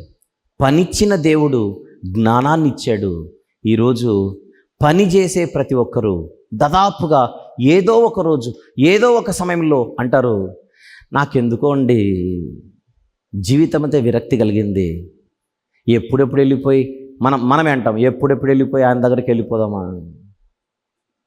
మీరు ఆలోచించండి, భూమి మీద ప్రతి మనిషి ఏదో ఒక సందర్భంలో వెళ్ళిపోయి ప్రశాంతంగా ఉండాలనుకుంటున్నాను అన్న ఎక్స్ప్రెషన్స్ ఇస్తుంటాడు. చూడండి, చిన్న మాట చెప్పనా, రోడ్డు మీద అడుక్కునే యాచకులు కూడా బెగ్గర్స్. వాళ్ళు వాళ్ళు అడిగేటప్పుడు ఏమంటారో చెప్పనా, బాబా ఒక్క 10 రూపాయలు ఇచ్చి పుణ్యం కట్టుకో అంటారు. చూడండి, ఏం కట్టుకో? పుణ్యం. పుణ్యం పుణ్యం పుణ్యం అంటే వాళ్ళ ఉద్దేశం పోయిన తర్వాత నీకు పుణ్యం వస్తుంది. పోయిన తర్వాత పుణ్యం అంటే వాళ్ళ భాషలో పోయిన తర్వాత నీకు పరలోకం, బైబిల్ పరిభాషలో పోయిన తర్వాత స్వర్గం, పోయిన తర్వాత మనశ్శాంతి, పోయిన తర్వాత నీ ఆత్మకు శాంతి, అది పుణ్యం. అందుకే ఈ సమాజంలో పుణ్యకార్యాలు ఉన్నాయి. ఎందుకు చేస్తారు పుణ్యకార్యాలు? పుణ్యం వస్తుందని. వస్త్రదానం, నేత్రదానం, అవయవదానం, ఇంకా రక్తదానం, అన్నదానం, ఈ దాన ధర్మ కార్యక్రమాలని దేనికోసం? చనిపోయిన తర్వాత ఏదో వస్తుందని. అంటే ప్రతి మనిషి ఈ భూమి మీద నేను చాలా కొద్ది కాలం బతికేవాడిని, పోయిన తర్వాత నిత్యము శాశ్వత కాలము నేను ప్రశాంతంగా ఉండాలనే ఒక చిన్న ప్రయత్నం అప్పుడప్పుడు చేస్తూనే ఉంటాడు. సంవత్సరానికి ఒక్కసారి కొంతమంది కొన్ని దాన ధర్మ కార్యక్రమాలు చేస్తుంటారు. ఎందుకు? ఈ సంవత్సరం అంతా నేను చేస్తామని ఎగిరిపోయి ఇక్కడతో క్లోజ్ అవ్వాలని. ఉండనీలో ఏమైంది? ఈ సంవత్సరం అంతా చేసిన తప్పులు ఉంటే ఏమైందని అడిగితే, అమ్మో తప్పులు మూట కట్టుకొని చచ్చిపోతే ఎలా? ఉన్నప్పుడే తప్పులను కడుక్కోవాలి, పోయిన తర్వాత ప్రశాంతంగా ఉండాలి. ఈ నాలెడ్జ్, ఈ సెన్స్, ఇన్నర్ సెన్స్ అంటున్నా దీన్ని. ఏ సెన్స్ ఇది? ప్రతి మనిషికి ఒక ఇన్నర్ సెన్స్ ఉంటుంది. ఆ ఇన్నర్ సెన్స్ అంటుంటుంది, నువ్వు ఎప్పుడైనా నిత్యము ప్రశాంతంగా ఉండాలంటే భూమి మీద చక్కగా ఉండాలని. దీన్ని ఏమంటారో చెప్పనా? దేవుడు మనిషిలో పెట్టిన శాశ్వత కాల జ్ఞానం. ఏమంటారు దీన్ని? శాశ్వత కాల జ్ఞానము. ప్రతి మనిషికి దేవుడు ఈ జ్ఞానాన్ని ఇచ్చింటాడు. నేను పోయిన తర్వాత ప్రశాంతంగా ఉండాలి, పోయిన తర్వాత నిత్యము ఉండాలి, పోయిన తర్వాత హ్యాపీగా ఉండాలి. కానీ ఆ ఇన్నర్ సెన్స్ ఒక్కటే ఉంటే సరిపోదు, ఆ ఫీలింగ్ ఒక్కటి ఉంటే సరిపోదు. ఆ నిత్య దేవునితో నిత్యము ప్రశాంతంగా ఉండాలంటే ఏం చేయాలో మనిషిగా సొంతంగా ఆ జ్ఞానం, ఆ సెన్స్ ఒకటే సరిపోదు. అందుకే ఆయన ఇచ్చిన బైబిల్ దగ్గరికి రావాలి.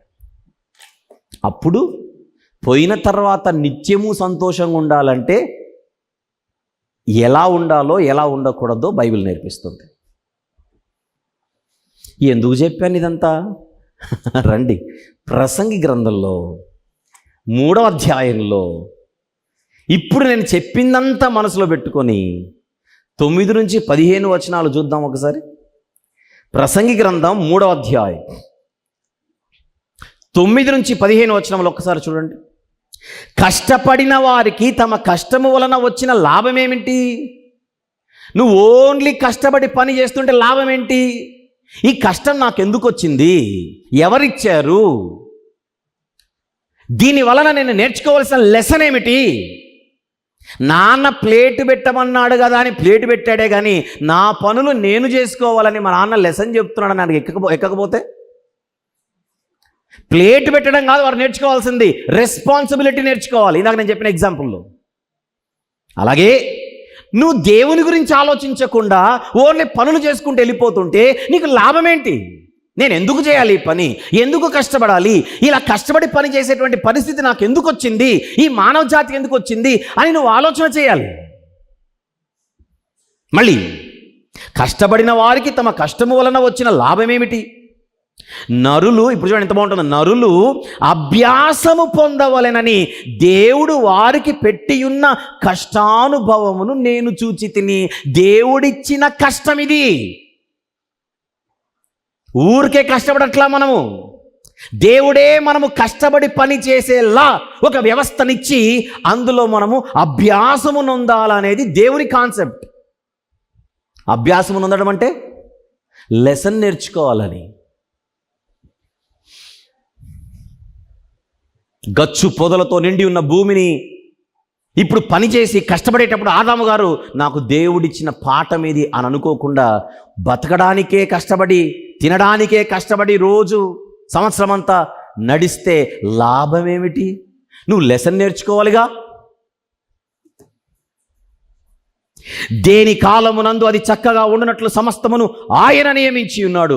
ఆయన శాశ్వత కాల జ్ఞానమును నరుల హృదయం మందుంచి ఉన్నాడు గాని దేవుడు చేయు క్రియలను పరిశీలనగా తెలుసుకొనుటకు అది చాలదు. ప్రతి మనిషిలో జ్ఞానం ఉంది. ప్రతి మనిషిలో ఒక జ్ఞానం మాట్లాడుతుంది. నువ్వు పోయిన తర్వాత ప్రశాంతంగా ఉండాలిరా అని. సరిపోదది. అది ఒక పాయింట్ వరకు బేసిక్ మాత్రమే. కానీ డీటెయిల్డ్గా నీకు తెలియాలంటే ఆ దేవుని దగ్గరికి రావాల్సిందే. ఆయన చెబితే వినాల్సిందే. ఆ మాటలు, ఆయనను గురించినటువంటి సత్యం ఈ ప్రపంచానికి ఈ గ్రంథము ద్వారా దేవుడు తెలియజేస్తున్నాడు. దేవుని ప్రత్యక్షత బయట సాధారణంగా ఉంది. దేవుని ప్రత్యక్షత వివరంగా గ్రంథమందుంది. సరిపోదు. అందరికీ దేవుని గురించిన ఆలోచన, దేవుని గురించిన జ్ఞానం అంతో ఇంతో ఉంటుంది. అది సరిపోదు. కావున 12వ వచనం, సంతోషముగా ఉండుట కంటేను తమ బ్రతుకును సుఖముగా వెళ్ళబుచ్చుట కంటేను శ్రేష్టమైనది ఏదీ నరులకు లేదని నేను తెలుసుకుంటుని. కష్టం మీద మాత్రమే ఫోకస్ చేసి ఈ కష్టాన్ని దేవుడు నాకు ఇచ్చి నాకు పాఠాలు నేర్పుతున్నాడనే ఆలోచన లేకపోతే నీకు సుఖము లేదు, సంతోషము లేదు. 13వ వచనం, మరియు ప్రతివాడు అన్నపానములు పుచ్చుకొనుచు తన కష్టార్జితము వలన సుఖం అనుభవించుటకు, ఆ మాట చూడండి అందరూ, దేవుడిచ్చు బహుమానమే అని తెలుసుకుంటుని. అది పాయింట్, అది లెసన్. ఏ వచనం అది? 13 మళ్ళీ, మరియు ప్రతివాడు అన్నపానములు పుచ్చుకొనుచు తన కష్టార్జితము వలన సుఖం అనుభవించుట, కష్టార్జితము వలన సుఖం అనుభవించుట దేవుడిచ్చు బహుమానమే అన్న పాఠం అందరూ తెలుసుకోవాలి. ఆదాము గారిని దృష్టిలో పెట్టుకోండి కాసేపు. పాపము చేసిన తర్వాత కష్టపడి సేద్యపరుస్తున్నాడు, కష్టపడి దున్నుతున్నాడు, భూమి ఫలిస్తోంది. వచ్చిన ఫలాలను తినేటప్పుడు ఆదాము గారు ఏమనుకోవాలి? ఇలా నేను కష్టపడితే భూమి ఫలిస్తుందని, ఆ ఫలాలు నేను తినాలని దేవుడు నియమించాడు. ఇట్టి రీతిగా నాకు ఆహారం ఇస్తున్న దేవా నీకు స్తోత్రం. స్తోత్రం చెప్పకుండా ఆత్రంగా తినేస్తే తప్పు, గుర్తించాలి. 14 దేవుడు చేయు పనులన్నీ శాశ్వతములని నేను తెలుసుకుంటుని, దానికి ఏది చేర్చబడదు, దాని నుండి ఏది తీయబడదు. మనుషులందరూ ఉద్దరగా ఊరుకనే ఇంట్లో సోమరిగా ఉంటే ఇంటి దగ్గరకు ఆహారం రాదు. ఖచ్చితంగా కదలాలి, ఖచ్చితంగా పని చేసుకోవాలి. ఇది దేవుడు ఏర్పరిచిన సిస్టమ్. దీన్ని ఎవ్వడు కొట్టేయలేడు. గలడా? మా ప్రభుత్వం వస్తే, ఎవరైనా ఒకవేళ మా ప్రభుత్వం వస్తే మీరు ఏ పనులు చేసుకోకూడదు, మీ ఇంటి దగ్గరకే 365 రోజులు ఫుడ్ వస్తుంది అన్న వాగ్దానం చేయగలరా? మీరు ఏ పనులు చేసుకోకున్నా మా ప్రభుత్వం ఉన్నంత వరకు ఫ్రీ ఫుడ్ 3 పూట్ల ప్రతిరోజు అన్న స్టేట్మెంట్ ఎవరైనా ఇవ్వగలరా? ఇవ్వలేరు. ఎందుకు? ఏ ప్రభుత్వం వచ్చినా మనం పని చేయాలి, ఏ ప్రభుత్వం వచ్చినా మనం కష్టపడాలి. మనము కష్టపడి పని చేస్తే తప్ప బతకలేము. రెక్కాడితేనే డొక్క నిండుతుంది. ఇది దేవుడు ఏర్పరిచిన వ్యవస్థ. దీన్నెవ్వడు మార్చలేడు, ఎవడు మార్చలేడు. రైటా? చూద్దాం. దేవుడు చేయు పనులన్నీ శాశ్వతములని నేను తెలుసుకుంటుని, దానికి ఏది చేర్చబడదు, దాని నుండి ఏది తీయబడదు. ఇప్పుడు అసలు విషయం చూద్దాం. మనుష్యులు తన యందు భయభక్తులు కలిగి ఉండునట్లు దేవుడిట్టి నియమమును చేసి ఉన్నాడు గనుకనే అందరూ కష్టపడాల్సి వస్తుంది, అందరూ చెమటోడ్చాల్సి వస్తుంది. అప్పుడు అనుకోవాలి, అమ్మో నేను ఆయనకు విధేయుడిగా బతికితే ప్రశాంతంగా బతుకుతాను, లేదంటే అన్నిట్లోనూ దేవుని గద్దింపు ఉంటుంది. హగ్గై గ్రంథంలో అందుకే చూపించాను. కష్టపడతాం, సంపాదిస్తాం, నిలబడదు.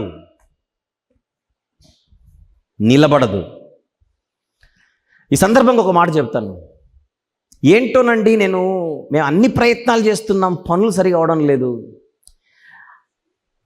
గడప దగ్గరకు వస్తుంది రిజల్ట్, లోపలికి రావట్లా. నోటి వరకు వస్తోంది, లోపలికి వెళ్ళట్లేదు.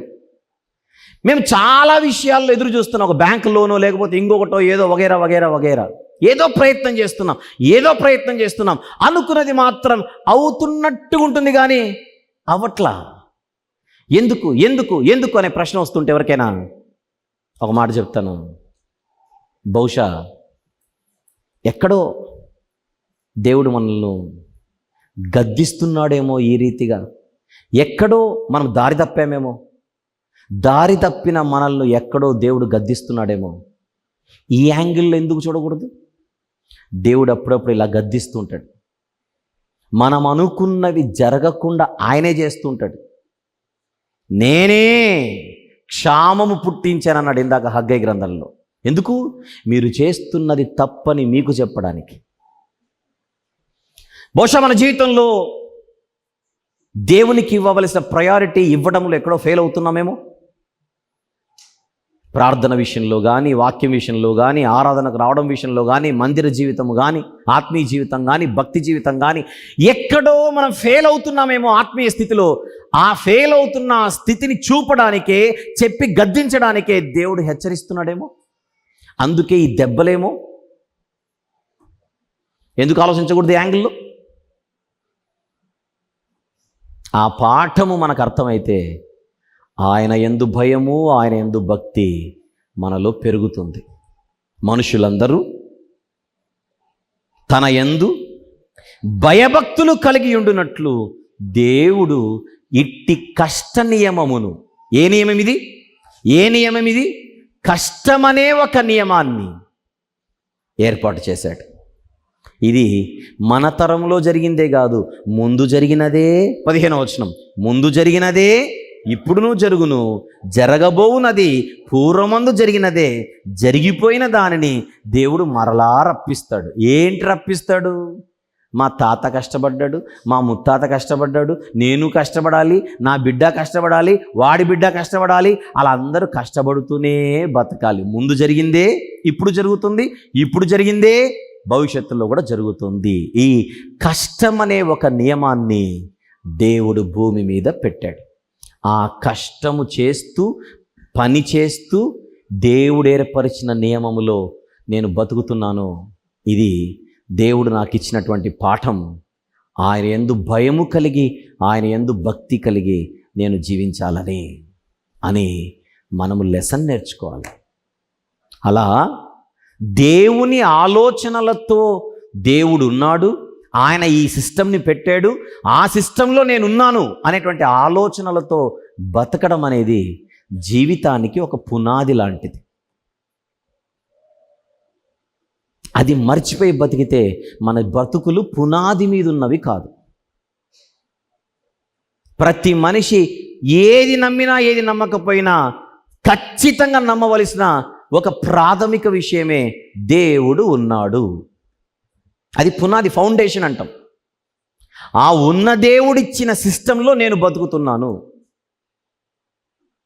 పైన 8 వచనాలు క్రమం, కింద 9 నుంచి 15 వచనాలు సిస్టమ్. మనం బతకడానికి ఆయన ఏర్పరిచిన సిస్టమ్.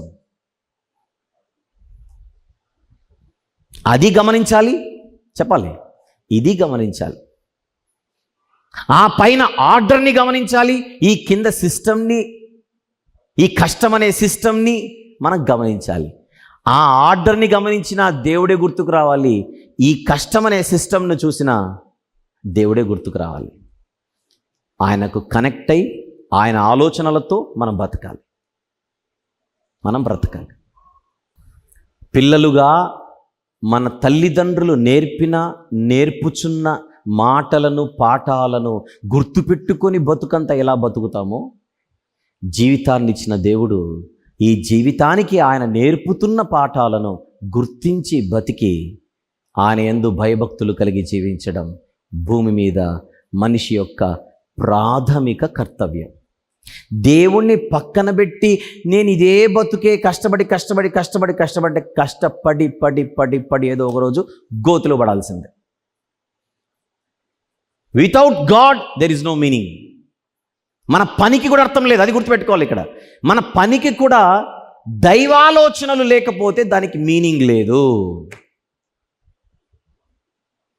మనం ఫౌండేషన్ మీద ఉన్నట్టు కాదు, అసలు మనకు దేవుని యందు విశ్వాసం ఉన్నట్టే కాదు సరిగా. అందుకే ఈ 9 నుంచి 15 వచనాలకు ఒక టైటిల్ చూద్దాం. On the screen please. 9 నుంచి 15 వచనాలకు ఏమిటది? విశ్వాసానికి పునాది ఇది, the foundation of faith. The foundation of faith. Okay, అంతకుముందు 1 నుంచి 8 వచనాలు. Title please. ఒక క్రమమైన ప్రపంచంలో మనం బతుకుతున్నాం. ఎవరు ఏర్పరిచిన క్రమం చెప్పాలి? దేవుడు ఏర్పరిచిన క్రమంలో మనం బతుకుతున్నాం. General observation. ఇప్పుడు 9 నుంచి 15 వచనాలు. ఈ మినిమం ఫెయిత్ మనకు ఉండాలి. దేవుడున్నాడు, ఆయన ఏర్పరిచిన వ్యవస్థలో నేను బతుకుతున్నాను. ఆ వ్యవస్థ పేరు కష్టం అనే వ్యవస్థ, ఒక సిస్టమ్. అలా నేను పనిచేస్తే ఫలాలను ఆయన ఇస్తున్నాడు, అలా నేను పనిచేస్తే ఆహారం ఆయన ఇస్తున్నాడు, అలా నేను పనిచేస్తే నేను బతకడానికి ఏం అవసరమో ఆయన అనుగ్రహిస్తున్నాడు.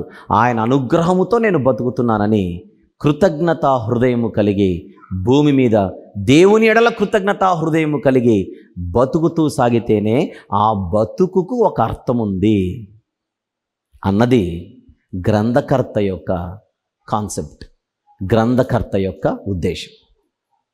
అర్థమైన వాళ్ళు చేయొద్దంటే 9 నుంచి 15, 1 నుంచి 8. Very good. ఇక్కడతో మీకు గ్రంథములోని 2వ ప్రధాన భాగములోని 2వ ఉపభాగము కూడా సమాప్తం. క్లియర్? ఈ సెషన్లో మనము 2 ఉపభాగాలను పూర్తి చేసుకున్నాం. ప్రార్థన చేసుకుందాం.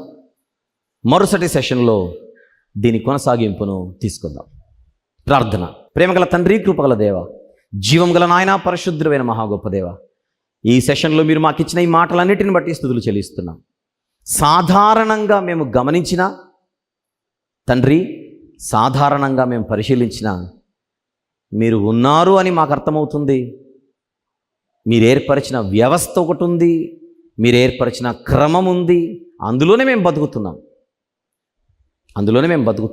మీ మీద ఆధారపడి, మీరు ఏర్పరిచిన వ్యవస్థపై ఆధారపడి, మీరు ఏర్పరిచిన క్రమముపై మేము ఆధారపడి, అలా మేము బతికినప్పుడే తండ్రి మిమ్మును ఆనుకొని బ్రతుకుతున్నట్టు, మీ యందు భక్తి కలిగి జీవిస్తున్నట్టు, మీరున్నారనే భయముతో గౌరవంతో మేము బ్రతుకుతున్నట్టు, అలాంటి బ్రతుకు పాఠాలను మీరు మాకు నేర్పిస్తున్నందుకు స్తుతులు చెల్లిస్తూ, మరొక సెషన్లో మరిన్ని సంగతులు మేము నేర్చుకున్నట్టుగా మమ్మల్ని నడిపించమని యేసుక్రీస్తు ప్రభు వారి సర్వశ్రేష్ఠ నామములో ఈ ప్రార్థన విన్నపములు మీకే సమర్పించి వేడుకొనుచున్నాము తండ్రి.